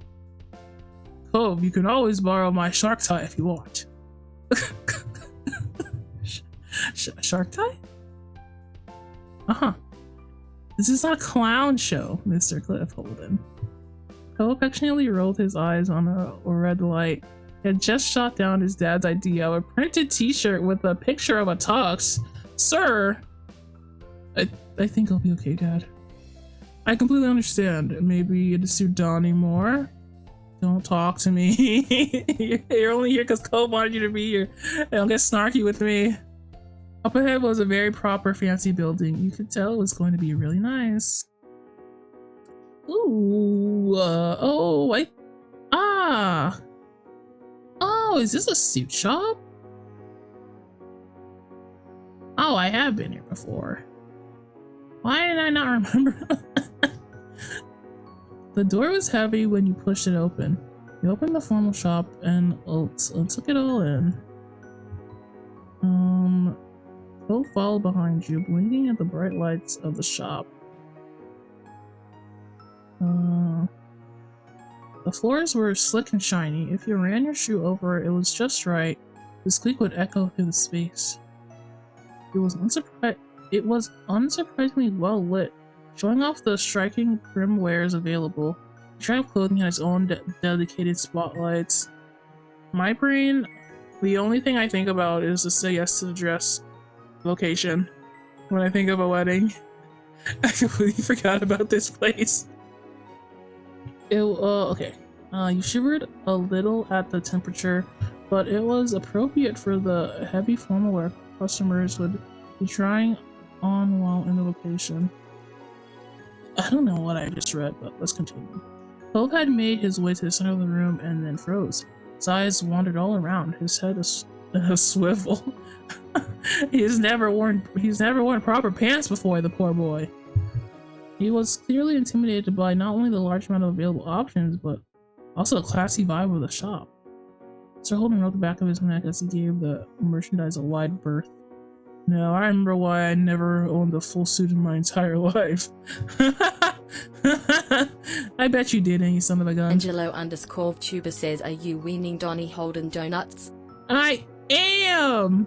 We picked a location, and now we're going shopping for wedding clothes. Welcome to the stream, Angelo. We brought Clove's dad, Mr. Cliff Holden, you know, my favorite character, of course, that for some reason Cove wanted to bring with him. I could have brought my mom's, but I didn't because I'm silly like that and I just want to suffer, I suppose. So a man in a pressed gray suit and green spotted bow tie approached. He brought up a hand to his chest. Okay, fool. Okay, fool. Hello, I'm Thole and I work as an assistant here. How can I help you? That's what I think Thole sounds like. I'm Cove and this is Donnie. We're getting married. Cove ducked his head and his face broke out as a wide grin. We need something to wear at the wedding. Thole perked up as he inspected the two of you. Of course. I'd be thrilled to work together to help both of you find something. Who would like to be helped first? Uh-oh. Cove stopped shifting around and directed all the focus to you. I guess I'll do it. That's fine with me. Go on and strut your stuff, Mr. Cove Holden. Thole slided, shift up to Cove with sparkling a white smile. What do you want to see today? A suit with pants and some other stuff, maybe. Cove glanced back at you, lost and unsure. Well, we can start with a suit and pants. Yeah. That'd be good. The two men chatted more. Mostly it was the assistant listing off ideas and Cove waffling around with uncertain answers. And ultimately, Thole measured Cove and then brought out a few pieces of clothing that would hopefully strike the right chord. Cove had selected sleek black pants and a white button-down shirt. Black? No, put it back. It was properly formal, and you appreciated Cove taking the wedding so seriously. Do you think this is the right one? No. No, I don't like that. I don't like the black pants. No. I don't see it.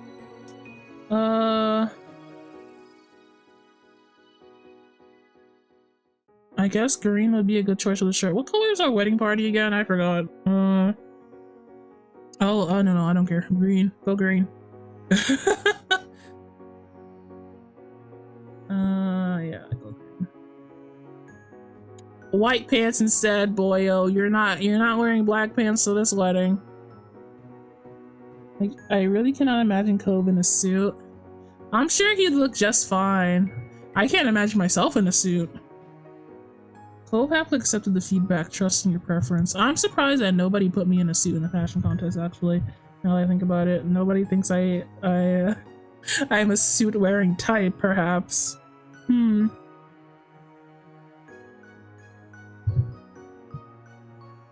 Interesting.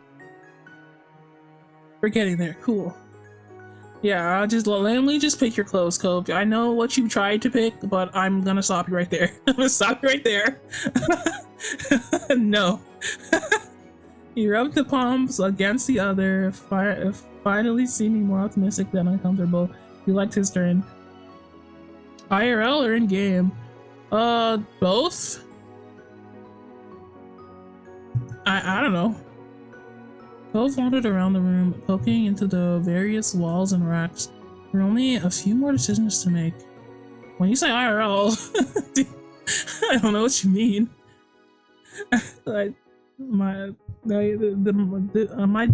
digital life is my IRL. Cove followed him, asking questions about and pointing out options. You chimed in if you had an idea. Okay. Between the three of you talking, decisions were made. In the end, Cove Cove's final look would have a white jacket. Are you stupid? Imagine my man. Imagine my man coming in with white pants, a green suit, and a black jacket. I would choke him. Oh my god. Sorry. This is terrible. Oh my god. Oh my god. And not the black vest. We're going all white here. Come on, we're getting married, you silly idiot. It's all white. A tie or no tie? I don't think you're going with a tie. I don't think he wants a tie. If he gets a tie, I'm sure his dad will make him wear that sharp tie he was talking about before.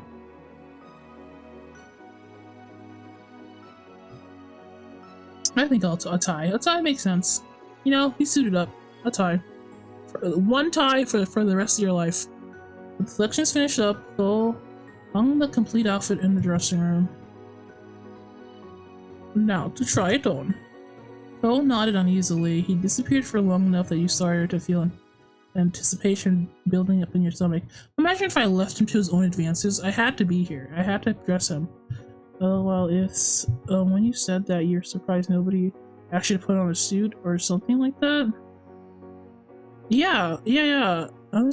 Nobody had asked me to put my, for the fashion contest. That's what I was talking about. Did anybody put me in a suit? If they did, I don't remember. Oh, I look at all the entries. I've been looking at them for a while. I don't think any of them have a suit. And certainly a lot of them are sleeveless. Yeah, that. Cove nodded uneasily. He disappeared long enough for you. Well, that you started. Oh, I started building anticipation. I'm on out. Oh, there's my boy. Yeah, good job. You dressed yourself. Oh my god, you're such a big boy. It took some fumbling around and a bit of muttering, but eventually Cove came out. There you go, buddy. That's what I like to see. I thought the game had a fashion contest event or something. Oh yeah, just in the middle of my wedding, just have a fashion contest. I was like, yeah. How are we gonna juggle the contest and the wedding? What are we gonna do? His expression was bashful, blushing in his finery. He was nervous about wearing it, but even more nervous about you seeing it. Oh, what? He started his idea knocking him out of his embarrassment of being the center of attention. I just remembered, what if I tried having one of those flower things? You know, the flowers that get pinned to stuff? A corsage? A corsage? Scusi. So, it actually looks good. Now I want to see a version of the black jacket. I do not want to see it. I do not want to see it. Let me see if did I load soon enough? I'd have to like skip a bunch. A corsage would be nice. Yeah, maybe. I think so. No, you know, it's up to you, Kobe. Do you want a corsage? You have a corsage. Okay. Go get a corsage. He walked over politely to get Thol's attention. He turned away from the jacket he was sorting and smiled. I'll let him have one thing. I'll pick his entire outfit and he can have his one corsage. That's the only input you'll have on your outfit, Mr. Cove Holden. That's fantastic. Do you need anything else? He saw Cove force himself to not direct his eyes at the floor. To the floor with a compliment. His cheeks still turned pink. Can I have a corsage? Do you have them? We do. Just follow me. We'll find you one that you like. Oh, beautiful, beautiful, Mr. Cove Holden. The assistant led Cove off to a corner with different kinds of accessories. When Cove came back, he had a white poppy corsage pinned to his lapel. He let out a stuttering breath as he stood up straight for your evaluation. Cove stiffly spread his arms out, letting you get a good view of the suit. How does it look? Well, now that I picked everything out for you, I think it's pretty good, no bias. You look incredible. Flawless, perfect. Yeah, I would pick this one. Flawless, perfect, unbelievable, glamorous. Oh, we can change a part of it. Ooh, we can't. Well, wait, let's dress up. Oh, wait, hold on. Let's dress up Cove. Save that. I want to see I do want to see what the worst option would look like. I think I'd punt him if I saw the black jacket on this outfit. I think I'd cry.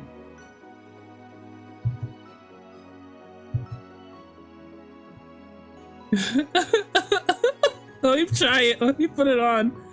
A black jacket with the white vest and a tie. Keep the corsage. What's the worst color for the shirt? Orange? Orange shirt? Oh, buddy. Oh, buddy. The pants work. I thought he was bare. I thought his chest was bare for a second. That looks awful. I'm literally gonna punch you. Take it off. Take it off. That's not even orange. I said orange. I hate it. No, you're gonna keep changing. We're playing the Cove dress-up game. Okay, well, let's see what the black. We're gonna keep the black jacket, but this time with the black vest. He's gonna keep the white tie because he's annoying. And let's go with the blue shirt and the black pants. Go ahead. Oh, wow. I love the funeral look, Cove. I love how we're going to a funeral now. Fantastic.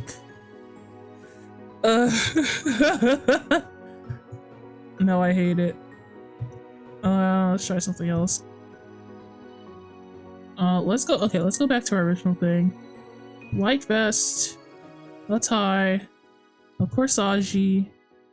I want to see what the blue shirt looks like. before I make any decisions. Oh, doesn't this look like the picture?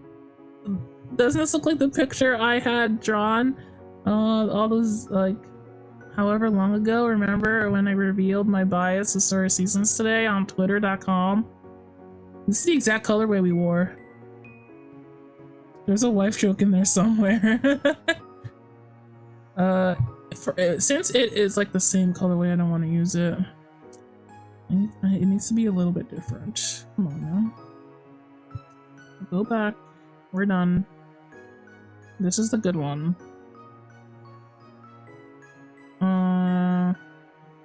Flawless, perfection, unbelievable, glamorous, elegant, magnificent, delectable, awe-inspiring, powerful, brave, beautiful, wonderful, never before seen.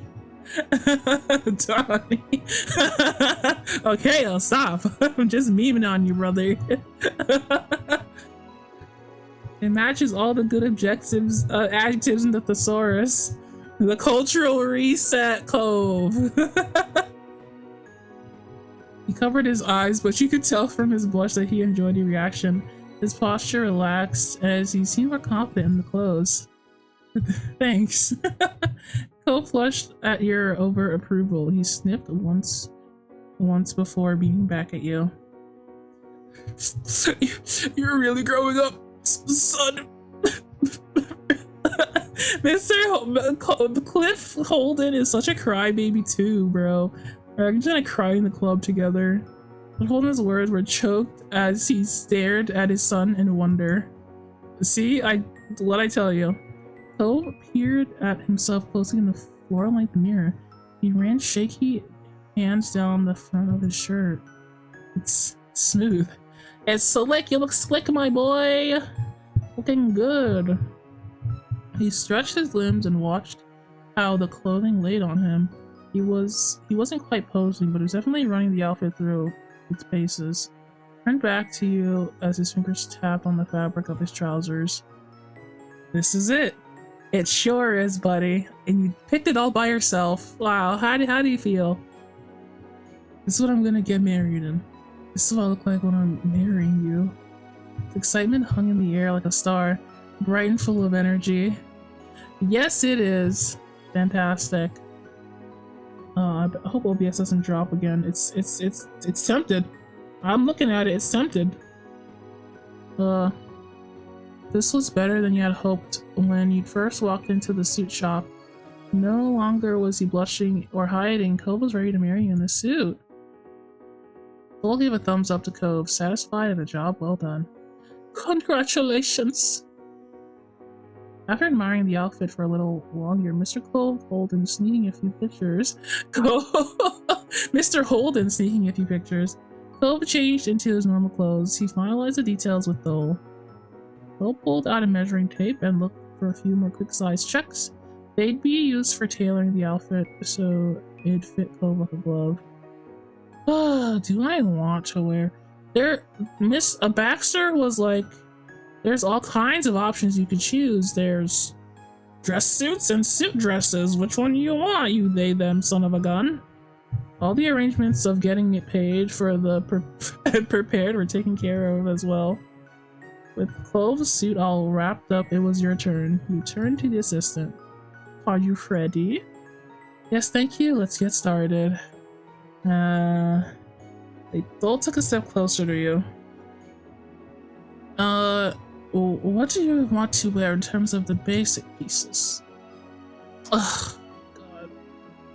Oh no. Do I have to decide now? Are they gonna show me what it looks like? I doubt it.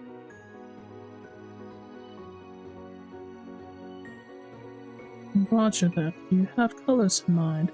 Obviously, I want to go all white. Are you stupid? Sorry. Rainbow.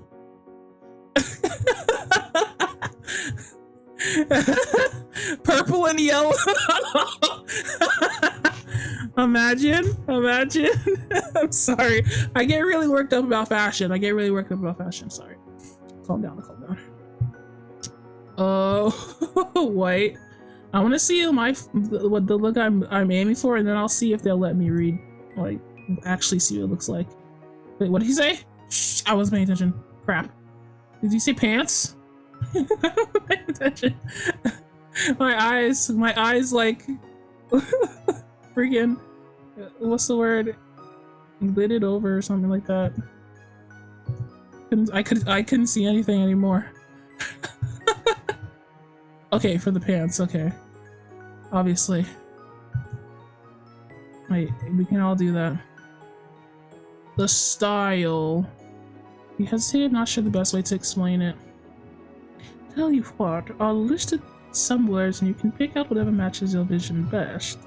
He nodded and listened to him speak, picking out the description you liked.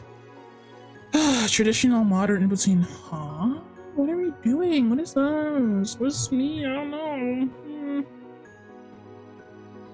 What's a modern? What am I gonna do? A Wario core? Do you have OG style? I would like that one, please. It's a Japanese style. I'm sure you can find it here in this American store. That's my favorite. Let's go modern. Oh, modern, like patches and stuff? I don't know. Texture cloth? I'm assuming I have like little details on it, I guess. I don't know what this means. Me? What do I look like showing up with like a short sleeve shirt? My own wedding? Like, so casual, just how just pop up. We'll go buttons. Buttons. An ascot? Wow. Ooh, a bolo tie? I'll take it. I like it. Just let me measure you. I'll bring the parts out for you. Thol took out the measuring tape from inside his own suit jacket and took their measurements. I'll be right back. It must be nice to just go to your job and just wear like a fancy suit and feel important. You tapped your hands against the side of your legs. I'm just standing there, brothers. Oh! Cole can take my hand if he wants to. Let your fingers lace around his. Cove's hand was warm around yours and comforting as you waited. Cole reappeared in no time with all your described outfits stripped over his arms. I want to know if I can actually see it, because I have no idea what's going on right now. But if it looks a hot mess, oh, I'm gonna cry.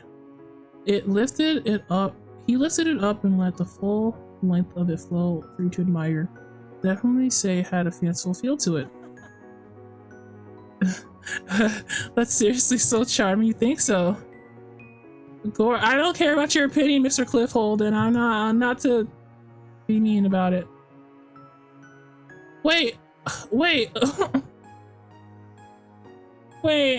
want to see it. I don't even know what it looks like. Please.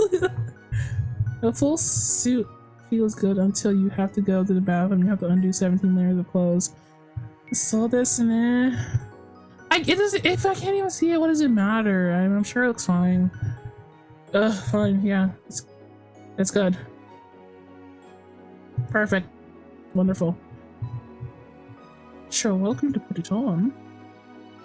Can I bring you anything else? We have plenty of accessories to pair it with. You're set. A crown! Yes, King. I will take that. Oh, hi, Jan. What is up? I am dressing myself in Mr. Cove Holden. Where's Murdani in this game? I'm marrying a merman. After the wedding, we're gonna jump into the water and we're gonna go to our ocean home. It's okay, it's gonna happen.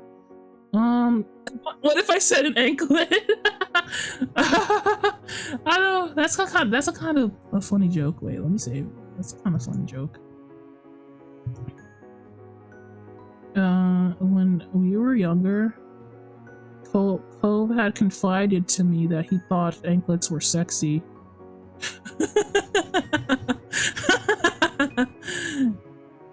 Frickin' got him. A crown. Let's see. Monster Pawn is coming some of the choices, by the way. What do you want me to do? Where do you want me to put this thing? You're gonna have, if you want the egg to go away, you're gonna have to hatch it. Okay? That's the only way of getting this egg out of here. It spawns randomly. You have to get it away.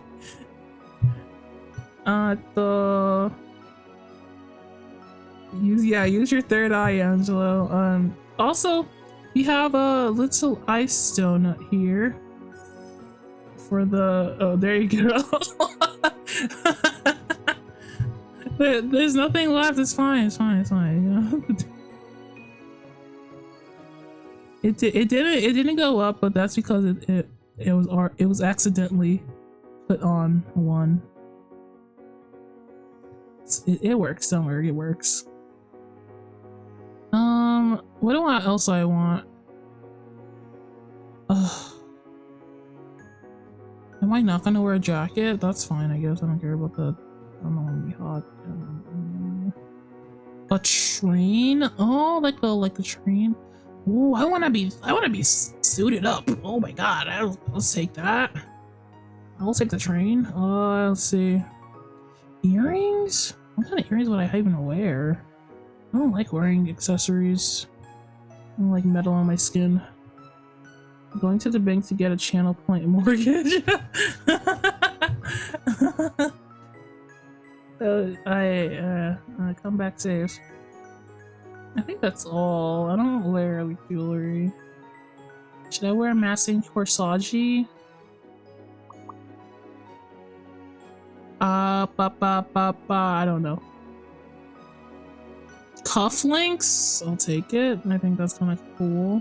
I'm a VTuber after all. I need all the accessories on me at the same time. A croissant. I could use a croissant at the wedding. Just standing up waiting for everybody to show up with a croissant in my hand. I'll take a corsage. I'll take everything, it's fine. No, I'll take everything. You and the assistant went back and forth over what styles and colors you wanted to while accessorizing. Do you have accessories while you changed? You saw a glance at Cove, who had sunk deep into his seat.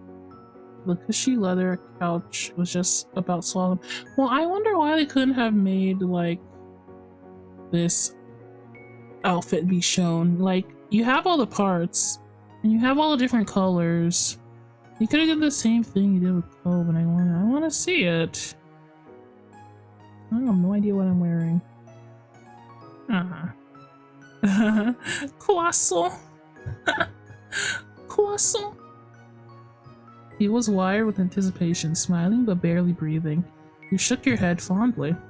There were changing rooms in the back, and you closed the polished wood door behind you when you entered. You got into the perfect pressed shirt and pants. The pieces laid on you nicely, not overly large or too uncomfortably tight. You checked yourself over before exiting the room. Wow, this went so smoothly.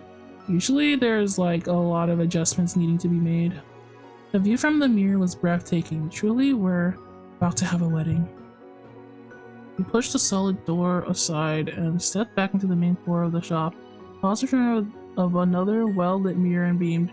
I have a crown. I have a train. You know, I'm looking good. No, I'm looking good. I'm looking like I am a king. That's what I want. They'll return to your side and helped accessorize you. The look was finished. The assistant grinned, satisfied. In the mirror, the day you're planning before you look back at you. You in the shirt and pants you'd wear to the ceremony. It felt real. Kinchoshita. Kinchotakada. That should be a sound redeem? What? Look, the croissant? Croissant! Why would it be a sound redeem? You were so excited. I'm excited. Why not? You felt like jumping for joy and struggled not to run around telling everyone in the shop how lucky you were to be marrying Cove. You nodded at your reflection and spun around to face the others. Hey, where did this movie star come from, huh? Cove, am I right? Cliff elbowed his son with a smile. No way did he elbow his son. That's what I thought he was doing. I hate you so much. What do you mean? I like, I literally thought he was doing that. I can't. Cove held his hand over his face, hiding himself rather than blocking you out. He peeked through the gaps between his fingers. What's that emoji?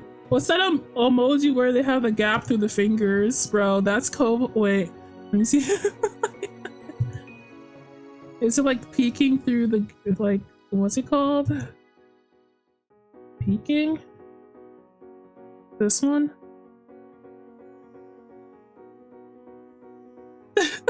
That's Cove right now.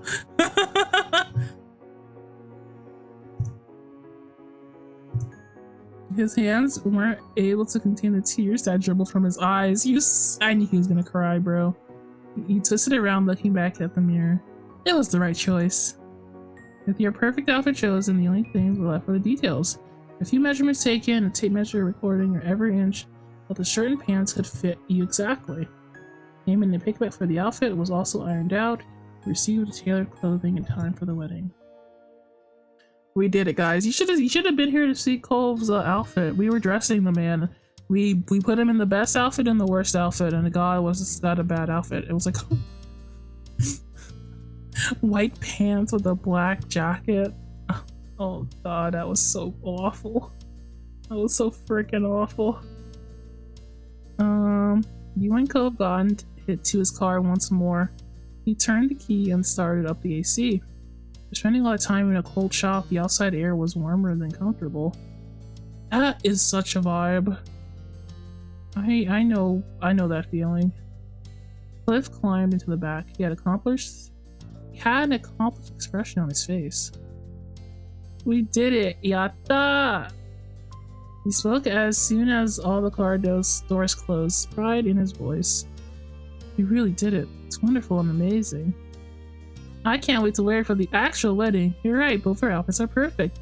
It's a good thing we decided to go together so I could give you feedback. or I would have caught Mr. Cove Holden wearing a purple shirt, a black jacket, and white pants, brother. Ew. I would have cried. Or maybe I'd see him wearing that orange shirt that looks literally nothing like an orange color. Reminds me of those old dress flash games. Old? Brother, we still play those out here. They are not old.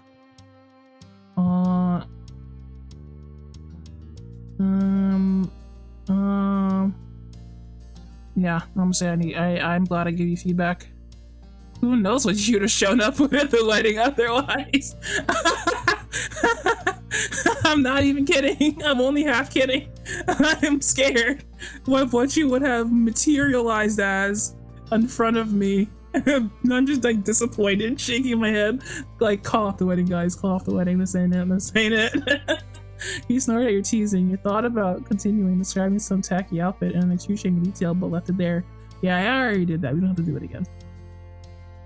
You didn't honestly think Cove would have picked something wild if left to his own devices. At worst, maybe the top would match the bottoms, and I would call off the entire wedding if that was the case. You understand that? Imagine the severity of this choice. Feeling like Cove checked his rear view mirror and started to back out. It was time to go. We have more planning to do. Cove dropped his dad off first at the old neighborhood. Mr. Holden was still in a good mood. Before he left the car, he ruffled Cove's hair. See you later, bud. Bye, Dad. Bye, Mr. Cliff Holden. Good. I can't even say it was good to see you. Goodbye. You waved at him as he walked off his house. Cove put his car back out of the park and continued driving. Well, back out of park, not the park. I know how to drive. Don't worry, guys. In the car, with the scenery flying past you, you reflected on the day. You thought back on what you had put together and felt your heart flutter. We picked the venue as well. We looked at a bunch of them. They looked very good. We decided on the actual ceremony at Poppy Hill, and then And then the reception at this awesome mansion. So that's fun. I love having infinite money. You thought back to what you had put together and felt your heart flutter. The image was crystal clear. You could see yourself in it, and the view of your wedding day had become that much more defined in your mind. Okay, we're back to the consulting office with Mr. Baxter. Right on time, you entered Baxter's office for your next meetup. He was waiting for you there. Hello. Are you both able to find pieces you're happy with? We did. It was wonderful. Yeah, it was. As it should be. Well, what shall we be doing today? Okay, let's make a cake. Let's make a cake. Cakey. Baxter nodded his head, confirming that he registered your choice. Besides you, Cove's excitement had bubbled over. He was bouncing in his seat. So you get to restrain himself. Yeah, me too, Cove. I also too like food. Yeah. Does Cove ever wear a shirt that fits him? If I hadn't put a shirt on this man, he wouldn't wear it.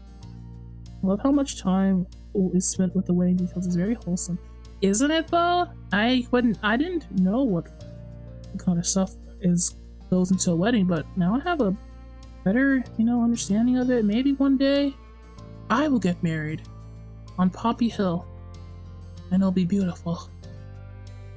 Good idea, Donnie. I'm definitely ready to plan treats. Yes, I'm very happy about this part. I wonder why. I wonder what could be motivating me.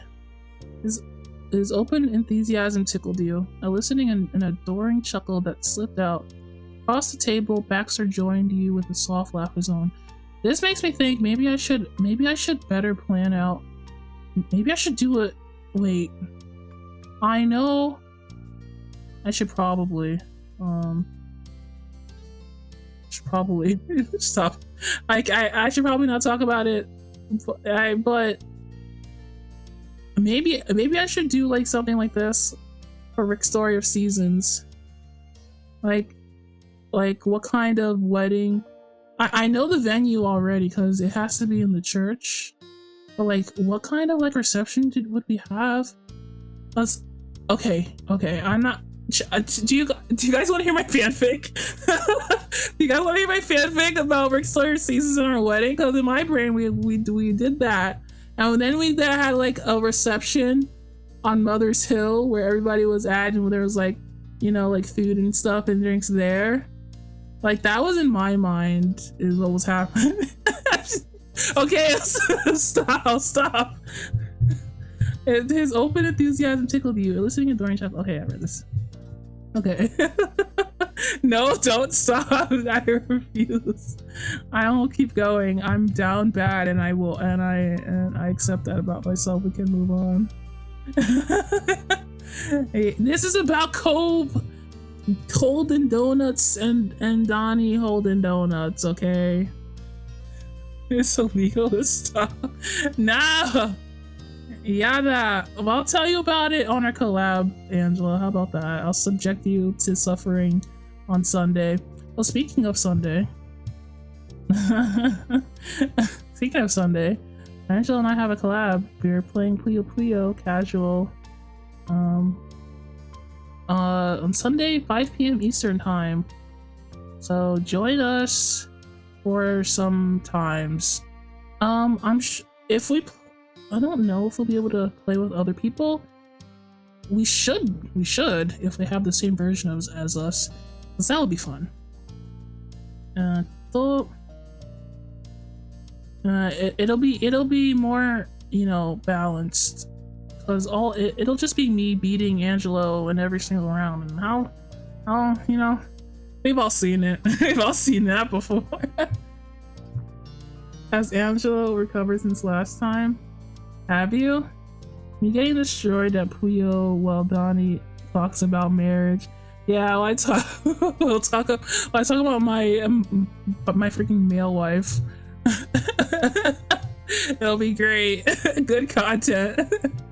Meanwhile, Cove seemed oblivious to your amusement. You figured he was too lost in imagining delicious cakes to notice what was happening around him. What he needed now was for someone to turn those dreams into reality.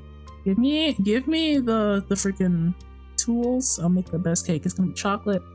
It's gonna be great. The agency had worked with suppliers of all kinds, but Baxter had a list of bakeries that they'd recommended for weddings. Winkle had a few personal favorites too. Together reviewed the websites for all the potential bakeries. Baxter had a wealth of handy tips of what to keep in mind when it came to specifically commissioning wedding cakes for you to take into consideration. The three of you whittled away at the option until you settled on the one you wanted. I want the biggest cake, obviously, if I have infinite money. With that decided, Baxter contacted them to arrange a meeting so you could select the flavors and discuss design ideas for working out practicalities. He easily secured a time that worked perfectly for both you and Cove. That brought you to the end of the meeting. The decision of which bakery to choose, the scheduling, briefing them on the basic requirements had taken up all their remaining time. Of course it did. The girls from your seats, one after another. Okay, it's been good to see you too, Baxter, buddy boy. Let's go to the bakery. Yeah, I can't believe the next time we see you, we'll have our wedding cake picked out. Right, everything goes to plan anyway. Of course. I'm sure you'll have a great time together. I look forward to hearing what you decide on. Though I won't be there in person, you can always text me if you want advice during the process. I'm not sure I trust your taste. I, on the other hand, have a great taste buds, so,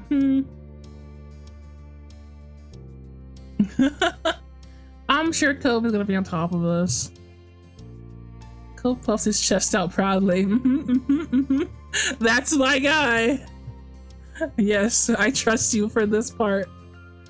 Of course.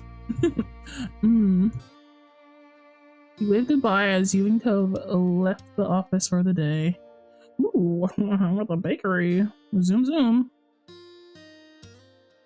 So I left a little thing in live chat, by the way. Ugh, just a little thing, huh?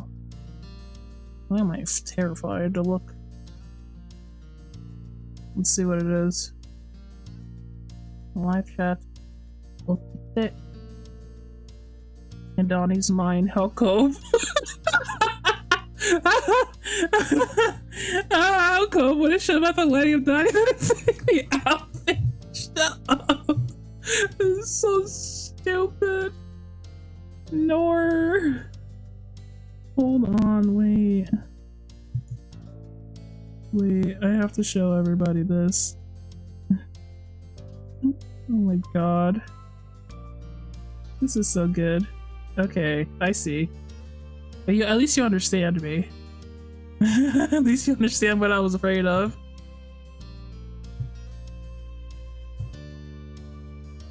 We can do this, and then this. Yeah, here we go. If I hadn't said anything, this is how Cove would have showed up.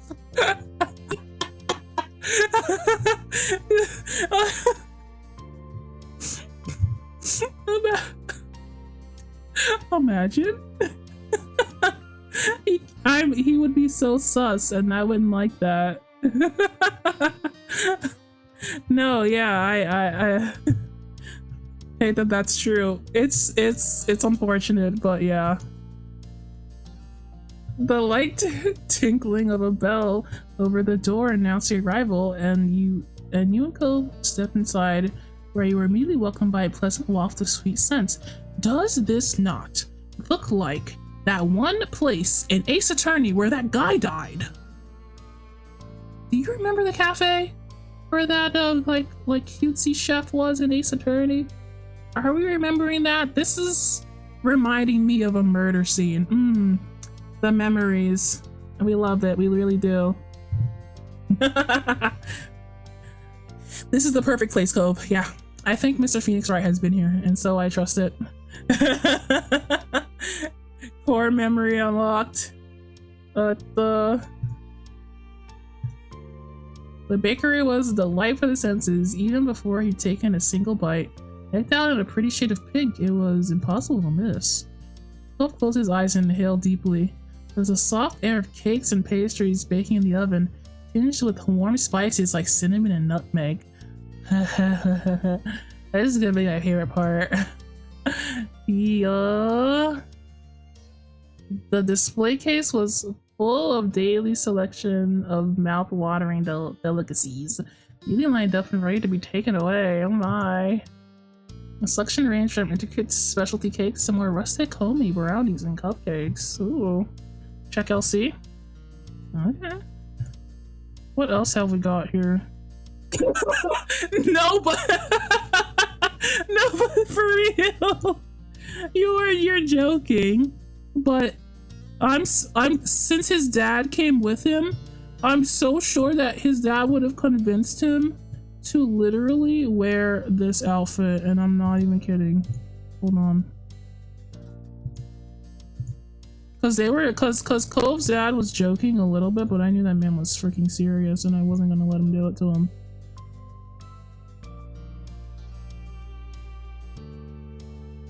Freaking. Hold on.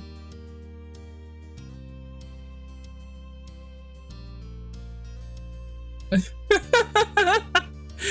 would do it. My man, you gotta stop. Oh no, you can't do it. You can't wear it. No, we don't love it. We can't. Don't applaud this man. This is wrong. Baxter King. No, please. Oh my god. Yeah, well, good thing I went with him, Guard. That would have been my reality. Usually those kinds of treats would be everything you needed, but today was your special visit. You were entirely focused on the even better desserts waiting for you on the horizon. You could tell Cove shared your feelings. He waited beside you with every outward appearance of patience. You could tell his anticipation by the way he kept a close watch on the kitchen door, which waited for an employee to come greet you. Oh my god, come and feed this man. He has hunger. Being characteristic with restraint was a stark contrast to any other time he had visited a bakery, where he'd have rushed over the display case and immediately begin picking out cakes to take home. That's so me. Just like me for real.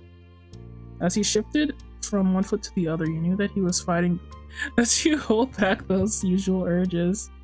Luckily, his self-control wasn't tested for long. Soon the door to the kitchen swung open and a friendly-looking face emerged. Spotting you in Cove, the person smiled and began heading over. It's the guy that ran the cafe from Ace Attorney. Don't get hungry at the bakery. There's something wrong with you. I haven't thought about what I look like mulling over the cakes display like an insane person, but I probably look like a rabid dog. Like, bark, bark, woof, woof, give me that one. And that one. You know what I mean? As they approached, you saw the name on their tag said Xavier, with a little purple bottom pinned to the strap of their apron, words "they them" printed in black letters. Xavier walked right up to you and gave a welcome so warm, I've sworn it was some it had come fresh from the oven. Hello, thank you for coming.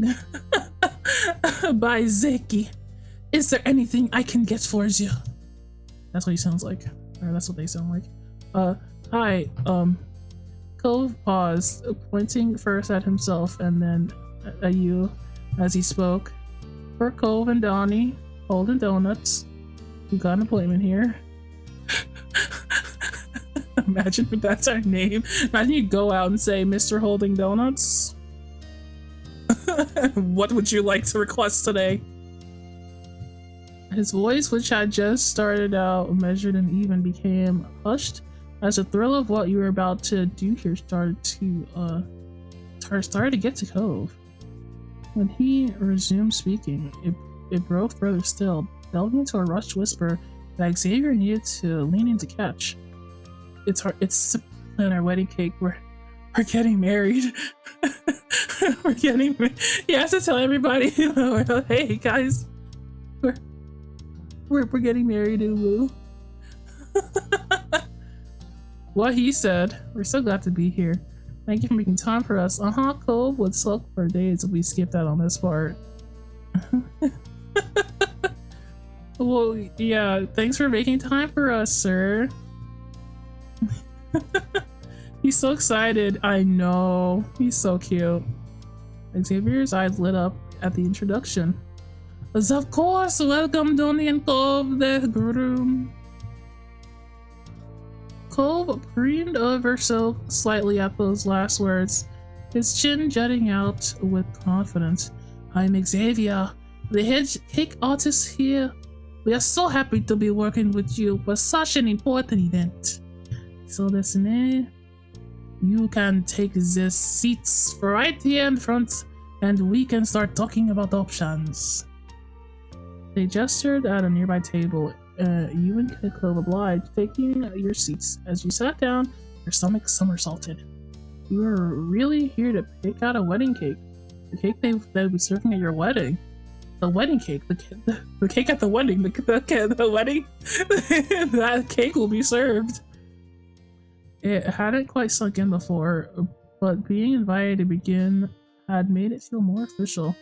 But knowing that you weren't alone and feeling that way comforted you, and you grinned at the love of your life, Cove beamed back at you. We're like a super duper lovey-dovey new couple. I'll defend his excitement with my life. You should, and you should. The baker had taken a detour over to the back shelf, but he picked up a binder before coming back to stand before you at the table. I went over the info our baking assistant took when the appointment was arranged, so we can dive right into the details. I don't think that's what he said, or what they said. I keep thinking about the chef guy and how important he was to me. I miss him every day. So let's get to it. Starting with the size of the cake. How big do you want to go? We can go as big as 5 tiers high. 2 or 3 maybe. He's so restricted today. Wow. Cole tilted his head to the side as he looked to you for input. Would just one be alright? I don't want to overdo it. Are you all stupid? We're getting 5 tiers of cake. Are you idiots? Are you? What is this question? I have all the money in the world, and I want you to bring me a 5-tier cake. Would 4 be okay instead? If they can do 5, let's do 5, buddy. Let's freaking go. Cole's mouth fell open as he stared at you. The corner of his mouth began to curve upward as he gradually recovered from the shock. Seriously? You nodded, your expression unchanged. Of course, I do. What I joke about this is serious, Cove. And you get with it. Cole retrieved his jaw and put on his best lopsided smile. Okay, we'll get a 5-tier cake. Seeing as you reached a conclusion, Xavier noted down the binder. A 5-tier cake it is. They glanced up from the binder, smiling. That will give us a lot to work with. In terms of decorating, is there any kind of direction you want us to aim for in the overall style? Cole pursed his lips, stumped by the question. Artistic vision had never been his strong suit. You don't say.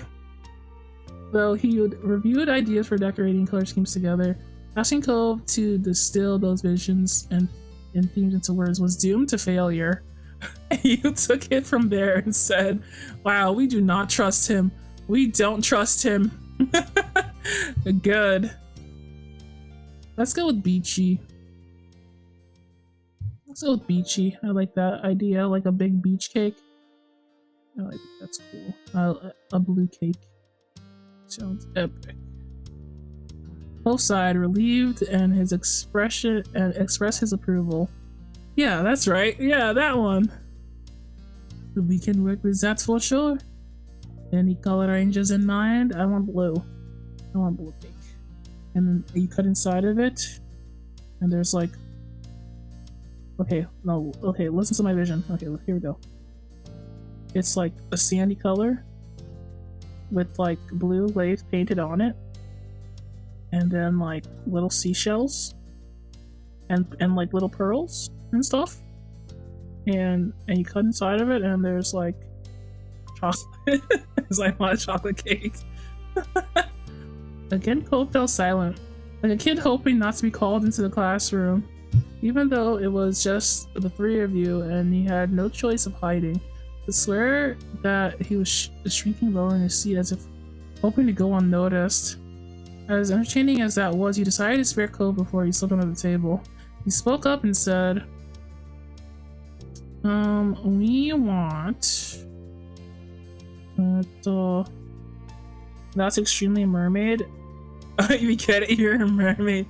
I'm just preparing us to go back into the ocean where we belong. I'm marrying a merman.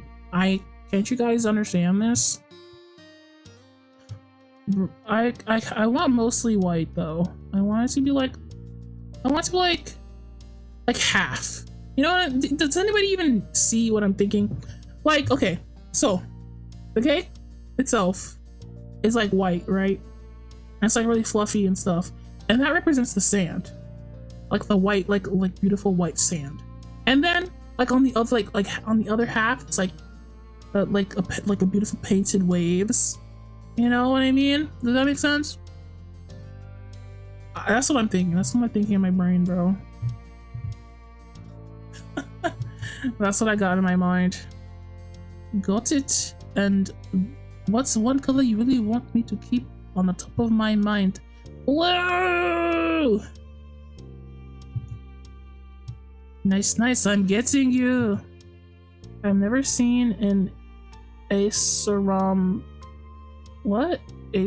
person so passionate about their fake writing. What are you saying to me?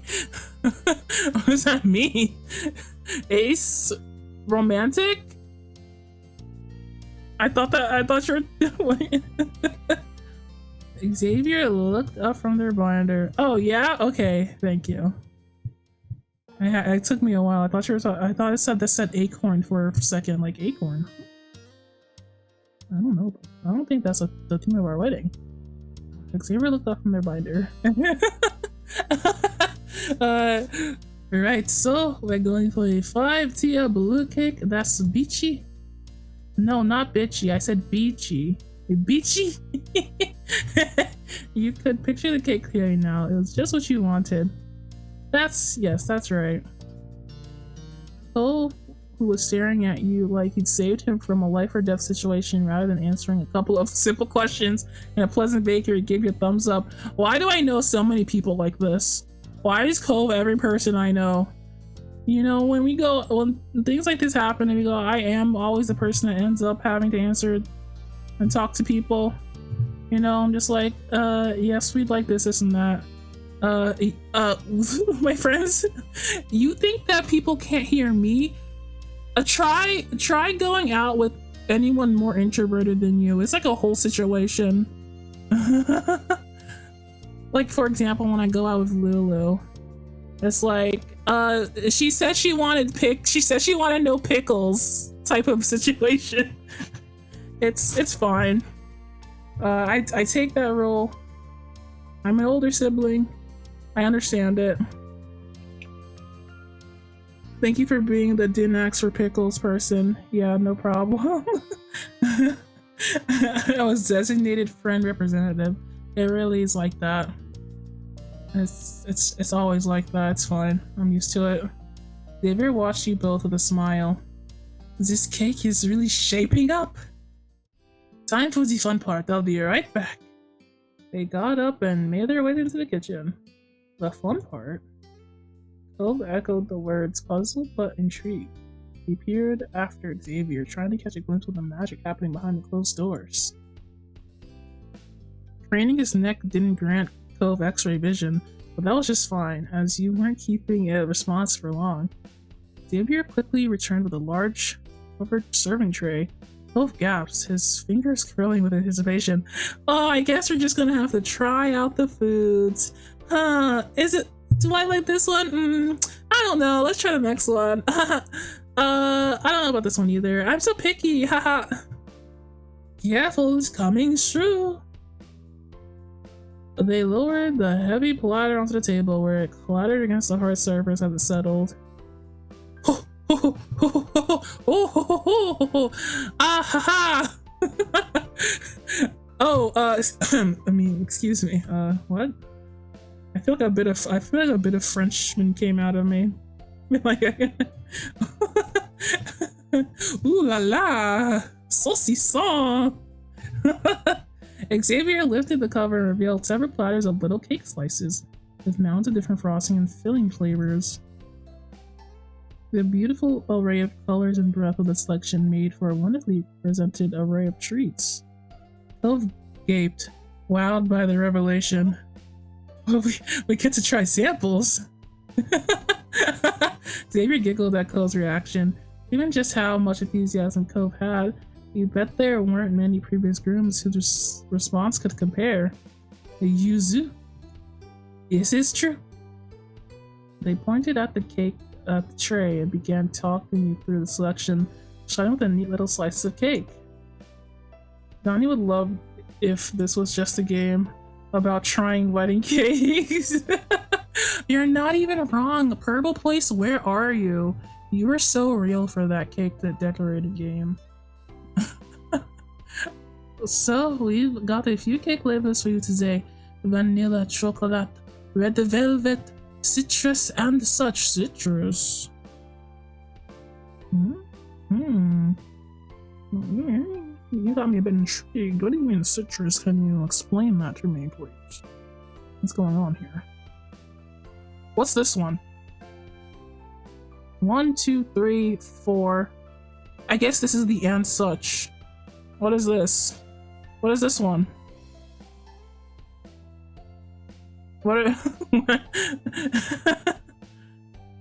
Can we get a Purple Play stream? Bro, we can do that any time of the day if I figure out how to get Purple Place on my computer.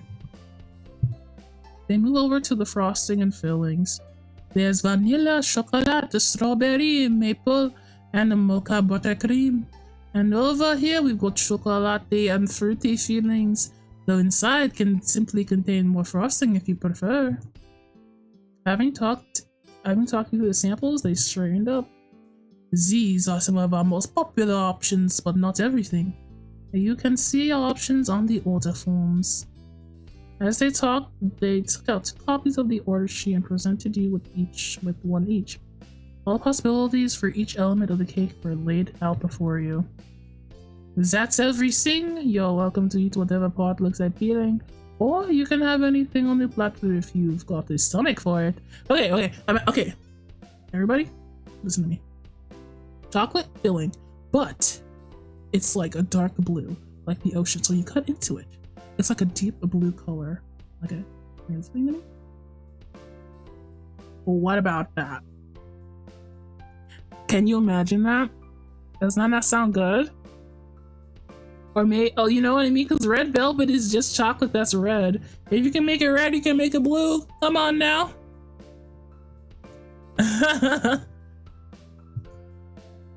Cove's eyes sparkled with anticipation. Knowing Cove, you suspect that intended to take Xavier up on the offer to sample everything. Amen, brother.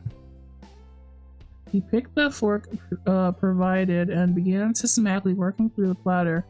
He took scoops out of the cake, frosting and filling options in turn, moving from left to right and from top to bottom. Judge well, Cove. I'm trusting you on this one. Whatever. Okay, we can have whatever flavor, but it has to be colored blue. A citrus would be a surprising taste. It'd be a refreshing taste, and I think it would fit the beach theme better of the cake. I'm desperately trying to think of any food that is blue right now. Not many naturally blue foods, unfortunate. You got them blueberries and the end of the list. That's it.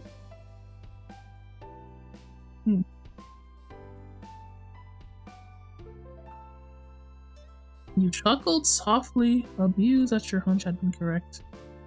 Though Cole was evidently intent on eating a bit of everything, you noted that Just careful to leave at least half of each sample in case you wanted it too. Bro, you're so cool for that. You're so real for that, Cove. You started trying everything as well. Yes, I did. It all looked delicious. Picking up a fork, you join Cove and sampling the cakes, frosting, and fillings on offer. Yeah, I'm just trying them. I'm just trying them and eating them in there entirely. I have to. There's the first taste. You know, a little bit is not really going to tell you everything. You got to get a whole mouthful in to get the beginning taste and then the aftertaste. The aftertaste is everything, okay? You can't just ignore that. You can't just ignore that people are eating a lot of the cake. And you want to have that good, like, cakey. You want to have the right feeling. I don't know how to describe it. This cake has to have a feeling, you know? You murmured your delight to each other as you discovered new combinations and enjoyed the sheer variety laid out before you. Cove's eyes shone as he looked at you, glad to be sharing the experience. You know something? I feel like sharing food is like the peak, the peak couple experience. You know what I mean? Especially in a situation like this where we're just trying new stuff. I like to eat. Did you know that? You were so enraptured that you nearly forgot that you weren't alone with Cove. But this too was by design. Maker stood by approvingly, careful not to do anything that might interrupt your judgment. Enjoyment. You held up a piece of. You held up your fork to feed a piece like Cove. Like, come on, that's so cute. You gestured to Cove that you wanted to eat the sample on his fork. You cozied up next to him. Freaking, what's it called? PDA? We're not doing that today, Cove. These last bite of cake before Cove could get it. You realize? Relax into the moment and join these drinks together. I know you want to eat the freaking food. Here. Try this one. Cove spotted the poised fork in front of him, laden with cake. He knew your intention had been understood as a blush spread over his cheek. Even now, it was criminally easy to make him embarrassed. Still, he leaned in and opened his mouth, accepting the offering. He brought the fork to his lips, and he happily ate the treat. Yes, that's a good boy, Cove. Yes, you are. Yes, you are. You're the type to talk while having a meal? I do like to. I mean, yeah, but not like when I have food in my mouth. You know what I mean? I can't stand when people talk with food in their mouth. My mom does it a lot, and every single time, I literally don't understand a word you're saying. Please finish what you're eating. And she's still talking. I don't know what you're saying, please. He held up his own fork where the bite had been about to take. What am I saying? He held up his own fork. The bite he'd been about to take was waiting. For you. Oh, for me? You leaned in to be fed. You passed. Not me, idiot. No, JK. Gimme. Those eyes glittered, happy to reciprocate. He bit down around his fork. The cake seemed sweeter than when it was being fed to you like this. Oh, I bet. Both shimmied happily in the sea. Oh my god, he's just like me for real. You know, I'm just like, you know the meme where people are like, "Oh, I bet you're like you're the type of guy to float in the air as a waft of pie scent draws you closer to a window." That's literally me. I'm literally the type I'll like eat something good and I'll be just like shaking, like, this is so ringing. So annoying. I was going to ride if you didn't pick that option, bro, and there's no way.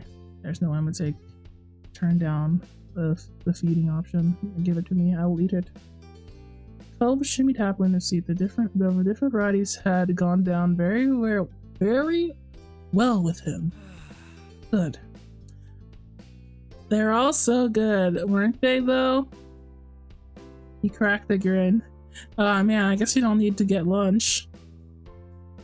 hey, could we get a tier for every flavor? Oh, now you're talking, Cove. Now you've got that brain working, Cove. Xavier laughed. You laugh, Xavier. Unfortunately, we can't. At least not in a single cake. I'm guessing you don't want several different cakes for your wedding? Yeah, you could just go with one. Xavier, you're depressing me. I have no idea how you choose so many great choices. Definitely ready to get our own cake after having the samples. It's okay, Cove. We can always get cakes for anniversaries in the future. You shook your head at Cove's antics. It's okay, Cove. It reminds me of one of those Rick pictures. Oh, yeah, the second one, the second day. That one was, on one of Rick's dates, you guys go on a picnic. That's what that was. Anyway. It's okay, Cove. We can get more. It would be nice to taste the experience over again, year after year. You come back here to a murder scene. And eat more cake. Especially if you continue to get cakes from the same baker that provided your wedding cake. Oh, kawaii. The suggestion made him swoon for you. The promise of food and staying together was a perfect hit. Got him! Haha! 1-2 punch! Got him. Now that you and Cove were experts in the bakery's cakes, it was time to figure out the details. We can do the cake all in one flavor, top to bottoms, or let you choose 2 sets of different flavors. What works for you? I think one flavor makes sense. Cove is the best. She's freaking adorable. I mean, yeah, let's do that. Yeah. Cove lifted himself up on the chair briefly to switch his position. He moved over from leaning forward towards the tray and shifted to the situation. I mean, the situated. I mean, what is this? What is this sentence? Leaning forward towards the tray and shifted to be situated on the other side of the chair facing you. Oh my god. So what are your thoughts? You don't need to stick to it forever, but are you thinking some kind of plain chocolatey fruity or what? We're getting the lemon. I've decided we're getting the lemon tinted blue. Thank you. I feel like that would be very good. I love lemon. I hadn't even thought of lemon. I'm glad that's an option. Pick up a copy of the form to review the options again. After studying it carefully, you said, "We're getting lemon." Huh? Wait, where's the lemon? Simple and vanilla chocolatey fruity. Is lemon the fruity one? I guess that's the fruity one. Something that people probably haven't had before, but it's still good. Okay. He rested his chin in his hands as he stared thoughtfully into the distance. A smile drifted across his face as he pictured possibilities for your cake. Then, what do you think of like a lemon cake with strawberry buttercream and mixed berry preservatives in the inside? Oh my goodness, you're speaking my language, Cove! Hello? That sounds wonderful. Let's tweak part of it. I don't want strawberry in the middle. I hate that crap. I want a different filling. I hate strawberry filling. It's so weird. It doesn't feel right in the cake. Cove sat up straight, amazed that his idea had been a starting point for a collaboration with you. Yeah, I'd love if you add your own thing. I'm gonna add my own thing. Here we go. I'm devastated. No, I'm a strawberry hater. I don't like strawberry ice cream. I don't like strawberry filling. I hate strawberry filled donuts. I hate that crap. It's so gross. And the texture is terrible and it's too sweet. And it doesn't even taste like strawberry. I'd like what is going on? When it came to the inside filling you proposed, custado. Sounds pretty good. Mousse, chocolate mousse and lemon. Oh my god. No, I want a light cake. I want a light cake. I'll go with whipped cream.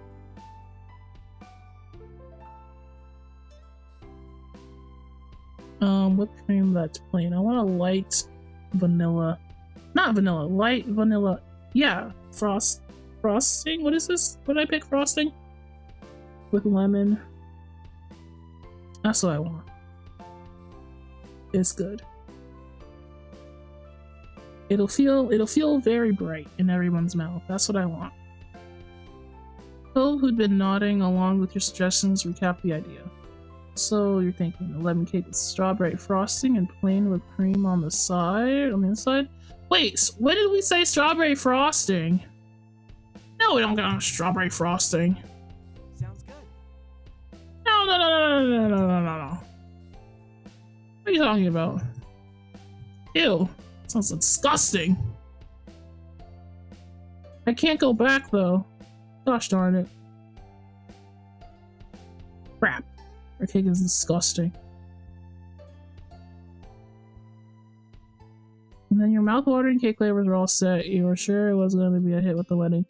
Good thing we're smashing the cake in our faces. I'm not gonna eat that crap. I'm scooping the frosting off. I'm scooping it off and putting it on Cove's plate. Here, you can have the frosting. Nasty. Artificial strawberries taste terrible. Okay? That's how I feel. Inside the insides of the cake is great. All that is left now is the cover. How would you wrap your baby up? Is you like fondant or maybe ganache? We want fondant. Cove shrugged. Buttercream fondant. Gosse Tomo-san. They scribbled that down in their binder. No, I don't want natural strawberries in it because now it's not like. Now it's like weird. I don't know. I don't like it. I don't like the fruit in the bakery bits. It doesn't. It's weird. I don't like it. Okay. Sue me. Oh, you guys still working on the wedding? Yeah, we're doing the cake right now. We did our outfits. We chose a location, and we're gonna have a freaking lemon cake with strawberry frosting, which I didn't realize he said. But we are gonna have like whipped cream filling and all that, whatever. Yeah, welcome to the stream, Rebby. Good to see you. We're in a beautiful cafe where I'm pretty sure somebody died in Ace Attorney, which is great. I like that. It's lovely vacation spot, I think. Finally, what elements would you like me to include in the design of the presentation of the cake? Make it beachy. Ooh, pearls. Yeah, put pearls. Edible paint. Yeah. Pearls paint. Royal icing piping. I want it. Any chocolate decorations? I do not want any chocolate on this cake. It's weird. I think that's sugar made decoration sounds good too. And that's yeah, put fresh flowers so I can eat them on my cake, please. Put actual real flowers so I can eat them, please. Extra fancy, huh? That works for me. Awesome! We've got ourselves a cake plan! The baker's words made official. You picked your wedding cake, you couldn't help but be especially excited. Oh my god, I can't read. Be especially thrilled about that. The wedding cake was such a focal part of the party. It would be featured in photographs and shared among your family and friends. It has to be Instagrammable. The joy of the day distilled into a beautiful confection. Just thinking about it left you breathless.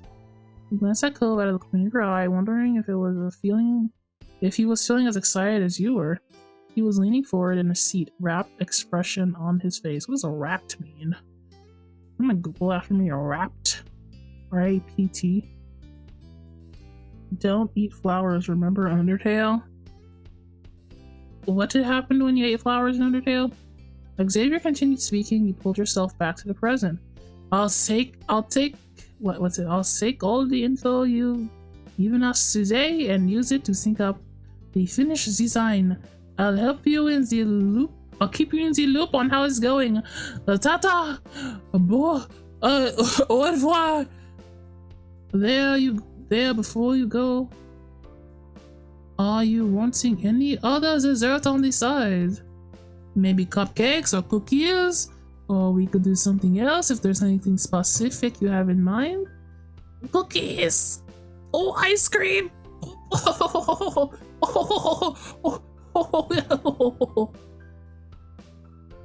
Yeah, cake and ice cream. Perfect combination. We don't make ice cream in-house, but we do have connection with businesses that could provide that for us. That's fine with me. That's fine with me as well. Ice cream and cake. Yeah, hell yeah. We're at a freaking... Now we're at the freaking buffet when they have like an ice cream machine in the back. That's what we're having, bros. You nodded, pleased that the idea could be put into practice. Zen ice cream it is. The three of you talked over the details of your additional dessert.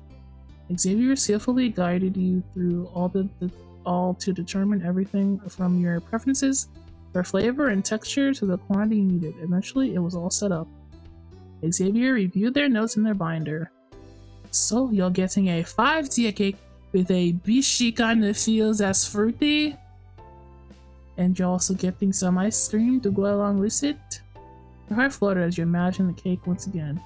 Cove standing over it, ready to take the first cut. Yes, a slice of the sea. The side dessert beautifully complemented the cake, completing the picture perfectly. Yeah, those are our desserts. Philip bounced in his chair again. His hands collapsed against the edge of the table. Excitement was as palpable as your own. Oh my god, he's so cute. This is gonna be so good. I will eat all of it on my own. Xavier grinned, pleased to see the two of you so happy. Thank you again for coming to us for your wedding. You'll make the desserts of your dreams. You worked through the outstanding specifics of your order with Xavier. He was determined to get everything right for your big day and had an answer ready for everything you could ask them, or you could throw at them. Once the final arrangements had been confirmed, you left the bakery feeling confident that your wedding cake was going to be just wonderful. Cove naturally shared your optimism completely. Oh, hello again, Baxter! We're back! If I remember correctly, the original human eat flowers to get sick on purpose, which kickstarted the whole story. Oh! Huh. Did I know that? I don't really know if I knew that. Smug man, he is smug, isn't he? As usual, you, Cove, and Baxter met up on another day for another session. A few lighthearted words were exchanged as Baxter watched the two of you amusedly. Cove's mood was still shining, and Baxter could tell. I'll take the cake designing went well. Like a child who was excited to show their latest work of crayon art to their teacher, Cove shared the news with pure happiness. We're getting a really big one. We're getting a big one. It's this big. It sure is, Cove. I'm so pleased to hear that. What shall we be doing today? Okay. Caterer. That means more food, right? Oh, this means more food, right? Yeah. Yeah, we have to get food at the party. Cove's brightening enthusiasm was no surprise to you. Food always excited him. Baxter placed his hands on the arms of his chair and lightly tapped it with the tips of his fingers. Oh, that should be a nice time. I'll make sure you find the proper service to meet your needs, but don't worry, I won't get in the way of you deciding any of the details of the menu. Thanks. I appreciate it. Oh my god, we're gonna talk more about food, guys. This is the best day ever. After that, the rest of the session circled around finding a specific catering company, and eventually you all agreed on one in particular. They were able to make arrangements with you right away. One phone call and you had scheduled time to go over details in person. That included meeting the chef too. The chef! Oh la la! And as the added bonus, this would all happen before your next appointment with Baxter. It was a relief knowing that the menu would be taken care of by the next time you saw him again. Until then, there wasn't much else to do. It was time to leave. Thanks again for your help. It's my pleasure, of course. I await your next visit. We'll be back soon. Bye. Food, food, food, food. Me and Cove are in the car chanting food, food, food, food. Baxter nodded with a genuine smile as he watched you head out the door. Outside the offices, you notice a little pep in Cove's step.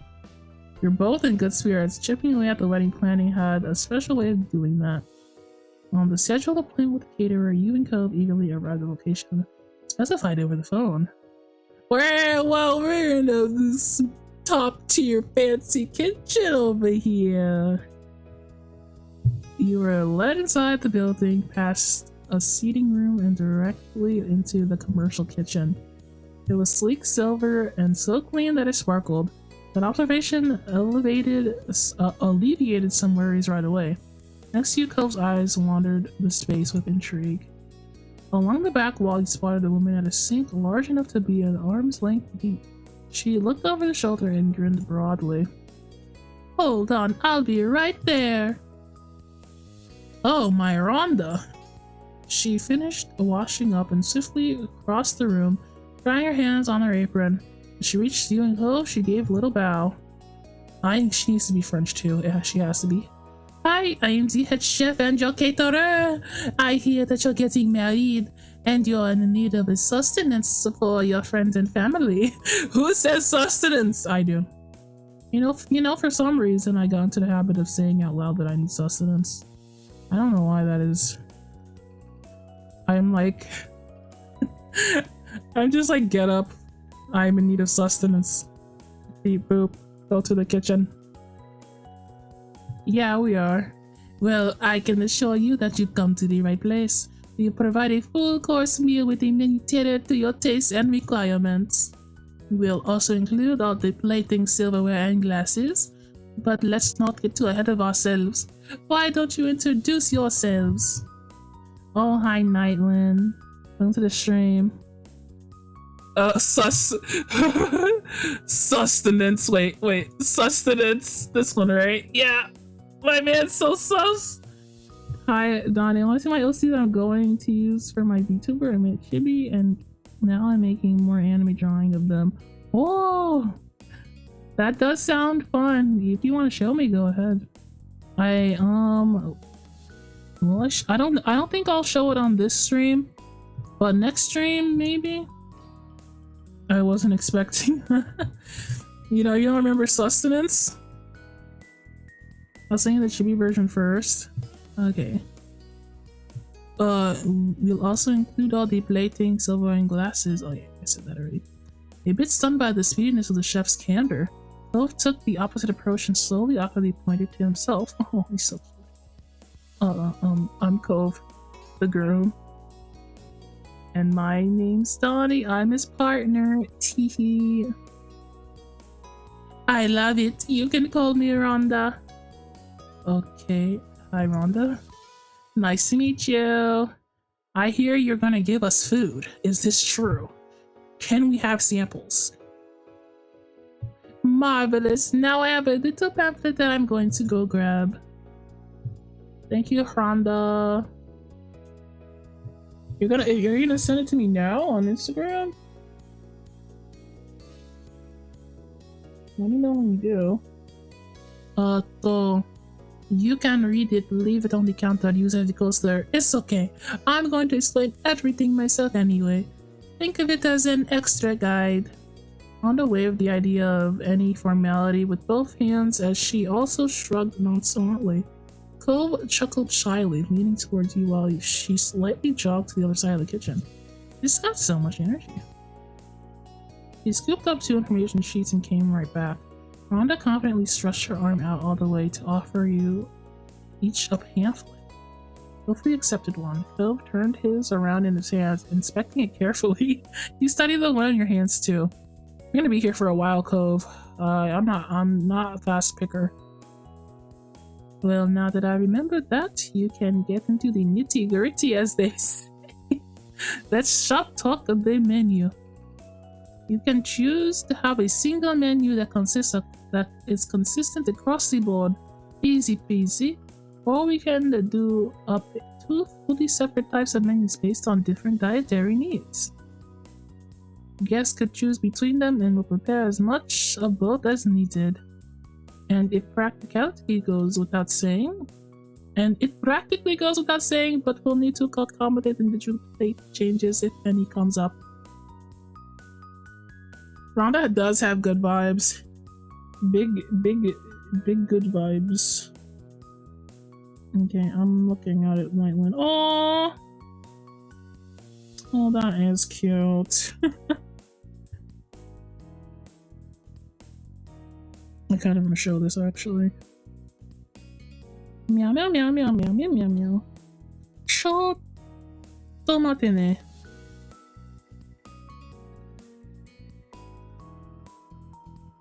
A little fox. Oh, that's so cute. I thought you would have been a squirrel.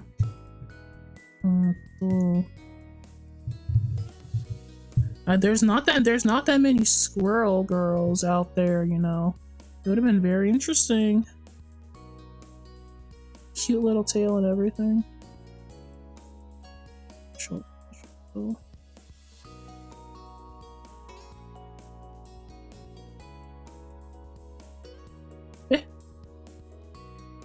Sometimes. Microsoft Edge is very useful, by the way. I've been using it to get all these freaking images in the dang OBS. Look, this is Nightland's little VTuber. I was gonna pick a squirrel, but I picked a fox. I can't really draw squirrels anyway. Oh no, come on. You can do it. I think you can do it. It'll be especially the one you drew last time. I think it'll be very unique. But this is still cute with the blue hair. Very good. We love it. We love it, everybody. Very cute design, Nightland. Adorable. Squirrels are round ears and big puffy tails. They don't even need a curl at the end. Exactly. I feel like it would suit you a lot, that's all. This is very good too. Okay. For example, a situation where just one or two people need some specific elements left out, we can work with that without needing to make another full selection for it. Wow, Rhonda, you're thinking of everything. So what kind of menu do you have in mind? Hey, guys, I'm really bad at picking food. I will shoo away the waiter like 3 times before I come to a decision. That's the kind of person I am. I'm like, hold on, I have to look at your entire menu and select the same thing I selected last time. Thank you very much. So I don't know. I'm not gonna, you can do it, Cove. Thank you. You can pick, I don't care. You can pick for me. Thank you. This is your thing.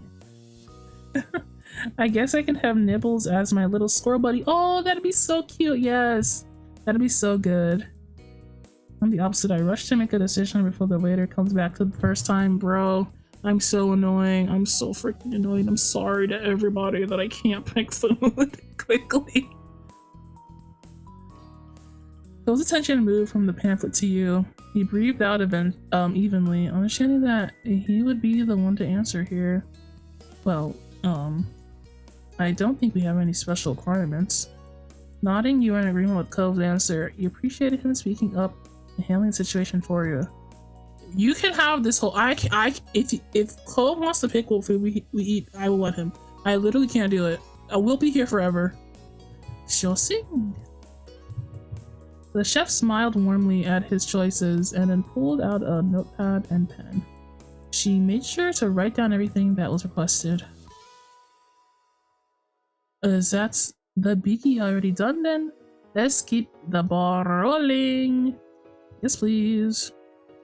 At the minimum, there's going to be a main entree in our service, so that's one course automatically. If you're having cake or other dessert, that's technically be another course for your guests.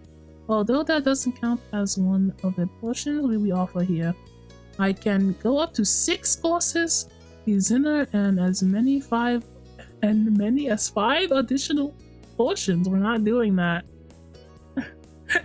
Mr. Cole is intrigued though. He's like, did you say 5? 5 additional courses. Now we're talking. So we're looking at salad, soup, a hot appetizer, cold appetizer, and a palate cleanser. Do you know how big you want this service to be? Bros, what are we doing? We're going a 6-course meal, brothers? Have you never been to a 6-course meal dinner? It's a long night if you're doing a 6-course. There has to be like a lot of entertainment to justify a 6-course meal, basically.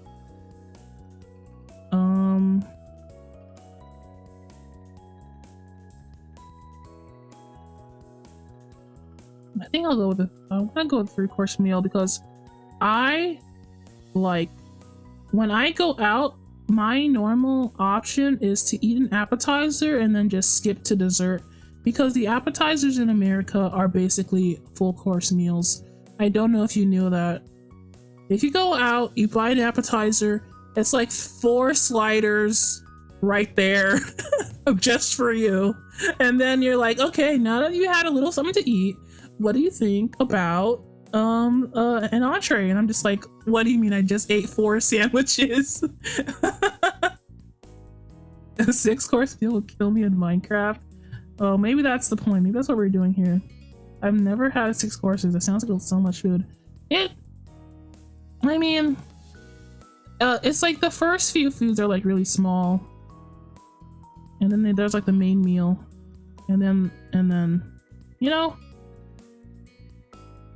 the idea is to buy appetizer and split it with friends. Exactly, that's what I do too. Yeah, it's literally a full meal just to have the appetizer around here. I'll never forget the last time that happened to me. I just got a bunch of freaking sliders. They're huge. They're not even small. It took me a while to eat them. And I eat fast, so.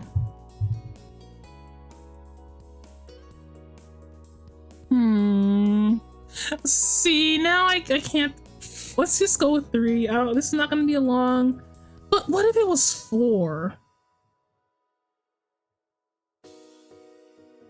Now, okay. It has to at least be 3. But I don't want it to, I mean 3. Okay, 3. Let's just go 3. It's just 3. Okay. Honey, calm down. You can't do this right now. You can't do it right now. That sounds really good. Yes, of course, yes. Philip brightened, contempting the possible combinations with 3 courses. He picked up pamphlet again. I really did want at least one of those other options. 3 courses then, eh? Sounds like it. Do you know what you'd like for it? I want them to be soup. Okay. Sure, I'm not gonna say no to soup. Yeah, I like soup. Okay, we have an entree and soup agreed on. Yep. The chef glanced up from her notepad. She swirled the pen with her fingertips in anticipation. This coming nicely so far. What else were you thinking? Hot appetizer, cold appetizer. Okay, if we're having soup. I guess a hot appetizer would make sense. But what does a palate cleanser mean? Can we see the menu, please? I have to look at all of your options before I make a decision. Gotta go cold appetizer for me. So you're going with cold appetizer and then soup? I'm sorry, but what? I don't know if that makes sense for me. Something like ham and cheese? No. Ham and cheese. Why are you eating Lunchables before your meal? Man's eating Lunchables. I'll go with a hot appetizer. It sounds fun, I mean. Perfection, it'll be tasty. Oh, and how much heat are you expecting for the dishes? We can keep it very mild. We can easily push the spice levels up. We can go. Okay, we have specific spicy for the main entree, less spicy for the extra. I like that idea. Oh wait. Oh, Cove can pick. Cove, Cove, my wonderful husband to be. Can you pick for me? I don't want to. Cove met your eye, and you could tell that he was mulling over the same problem. You caught the light bulb moment in the way that he brightened. How about we keep the meals mind, put sauces and stuff on the table so we can adjust the food to their preference. Is that possible? Cove, you're brilliant! Oh, wow. Yes, of course we can do that. That's a perfect idea, Cove. Thank God you're here. Cove's suggestion made sense, but the cheeks still reddened from your compliment and only made your grin widen. Oh, you're such a good boy. You did it, Cove. I never had Lunchables. I'd love to try it out for curiosity's sake. I bet you'd try out Lunchables and be like, wow, this is a 5, this is like a 3-star meal or something. What's it, 4-star? It's a 4-star meal. Oh my goodness, is that Oreos on the side? Oh my goodness, ooh la la. What is this fancy stuff that they feed the kids? You get your 3 slices of ham and cheese.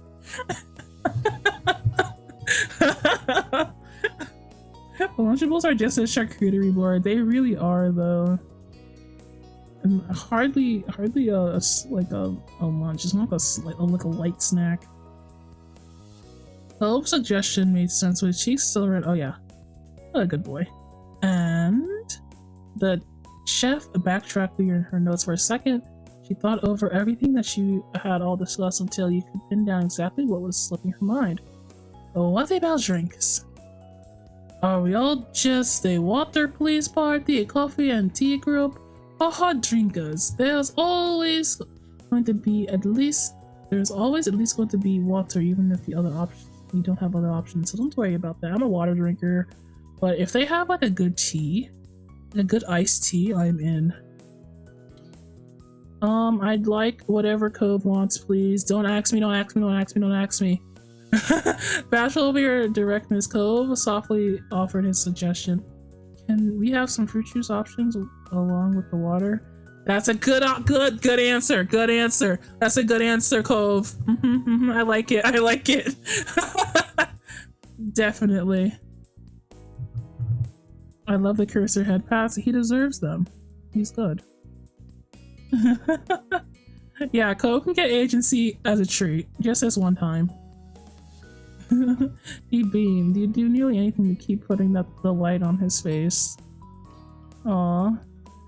Oh, and I guess we can have something I like. We can have some tea. Right? I like tea.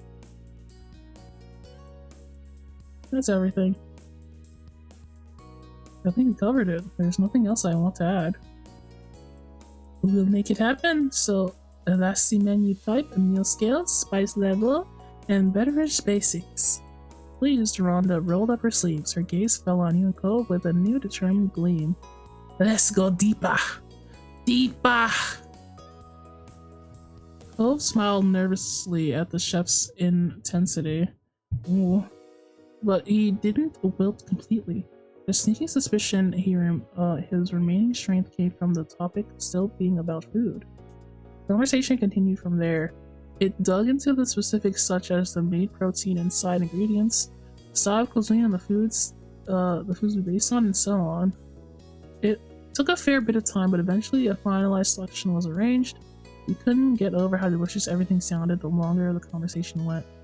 By the end, Cove appeared just as relieved and excited as you were about the food. Most of all, you're grateful to have a set menu plan for the wedding. Rhonda, however, hadn't slowed down at all.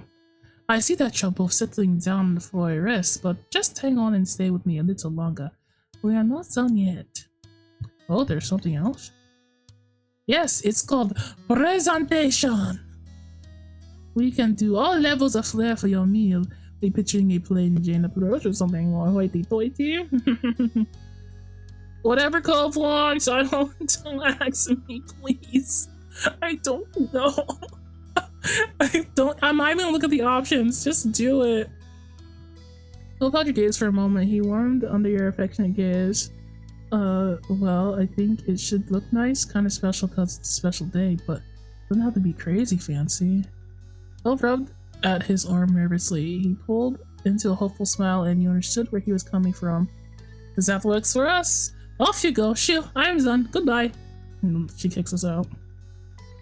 So I started to talk about way back when. We'll provide the plates, utensils and such. Our plates are white, but they can be completely plain and have little sweaty details around the edges. What do you think of that?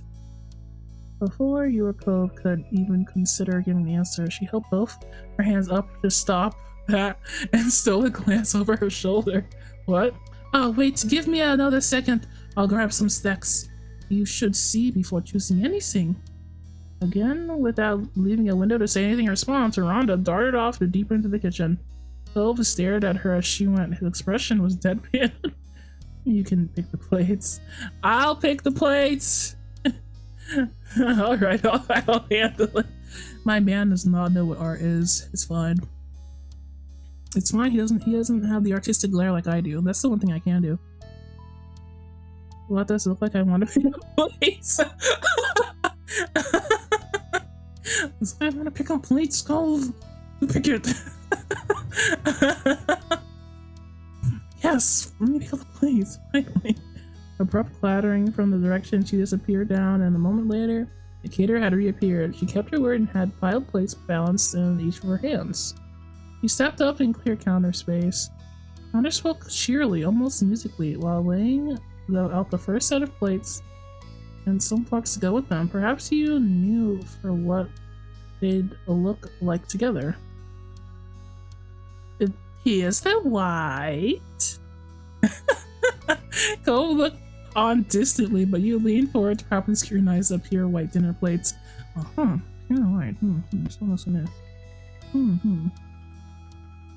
Do I look like a plate person? And then there's this swell. It's a little fancy. I got that. As promised, this time there was an extra design element on the plates. Insert it carefully.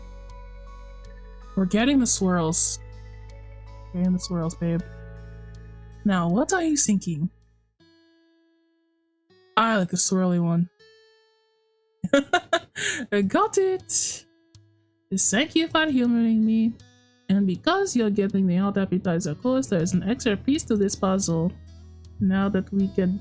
Now... Oh, no, please don't do this to me. Now what we could do is just bring it out ahead of the meal, place it in front of each guest of their seat, but that's not the only option.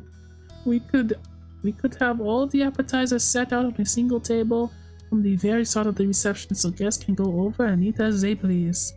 Or we could even have servers walk around the room with platters of appetizers to offer guests throughout the party as they mingle. I don't need them pressuring my guests, okay? I just don't need it. Just leave it on the table, it's fine. The swirly one was good. I guess I'll leave it on.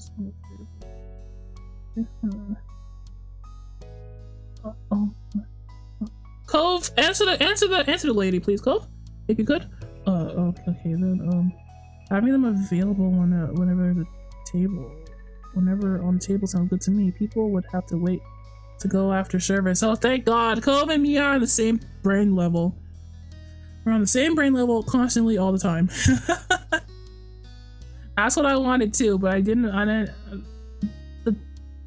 The option of waiters was like, that's a little fancy, but he said it. He said what I wanted. You want to see any? You want to see my more anime drawings of my character? I do. When you're finished, I do want to see them. That'll be very cool. Then we can do that. We're doing that. Alright though, that's what we will do. Thank you. And now you can breathe. We're done. Get out. Merci beaucoup. Rhonda laughed happily as she closed her notepad and put it aside. Okay, cool. I'm glad we worked that out. Thank you very much, Rhonda. Thank you so much. It is my pleasure. We're looking forward to knocking your socks off. It will be a 3-course, no special requirements, mild meal that your guests will be talking about for years to come. I promise. Neat. One last quick question. Shosing? How do we get out of here again? Verona clapped her hands and let out a deep laugh. Ho's face reddened with embarrassment. Go down the hall, take a left to the another hall, and then a right, and then you'll find the exit. It was nice meeting you two. Au revoir. Thanks again. After that, Yunko left the kitchen and made out of the building in one piece, following Rhonda's instructions. Both of you entered the car with vigor in your strides. Space and such a nice meal arranged in exactly the way you wanted it to be. It was definitely something that you were going to be daydreaming about from now until the big day. Okay, that's enough for today, folks. Oh my god, we've done a lot. It's 8 o'clock, about 8 o'clock now. We've done it. The last thing on the list is to do some dance stuff, and I'm sure we can figure that out later. Cheese and crackers, we got there. Oh, look at all the options I can go back to. We'd love to see it. We'd love to see the many options that Donnie can mull over. Alright. Oh, so guys, tomorrow, fashion contest voting. Are you freaking excited? Everybody must show up. It's a mandatory stream. Please, I'm begging you. It's at 3 p.m. I'm gonna put it in the Twitch schedule too. This was fun. I liked choosing all the little options. And Cove being there for the food especially reassured me. It was fun. I can't wait to see what happens next. I guess we're gonna have to put gonna put this game on the schedule for next month as well, since it's not done yet. I was gonna just play Cuphead, but I wasn't sure how long this game would take, and it's long. It's so long for just a little bit of DLC. It's crazy. We appreciate it though. We appreciate the content. That's all though. Let me see. Let's see if we can raid somebody. Is anybody alive in my sphere or what? Does anybody have a life outside of their stream today? Nope. Wait. Yeah, no. That's too bad. That's just way too bad, isn't it? That's fine. I will see you guys tomorrow. Please, please, please come to this thing. I will be tweeting about it and everything. So you'll never miss it. You'll always know. Arigato gozaimasu for coming to the stream. Okay, bye-bye.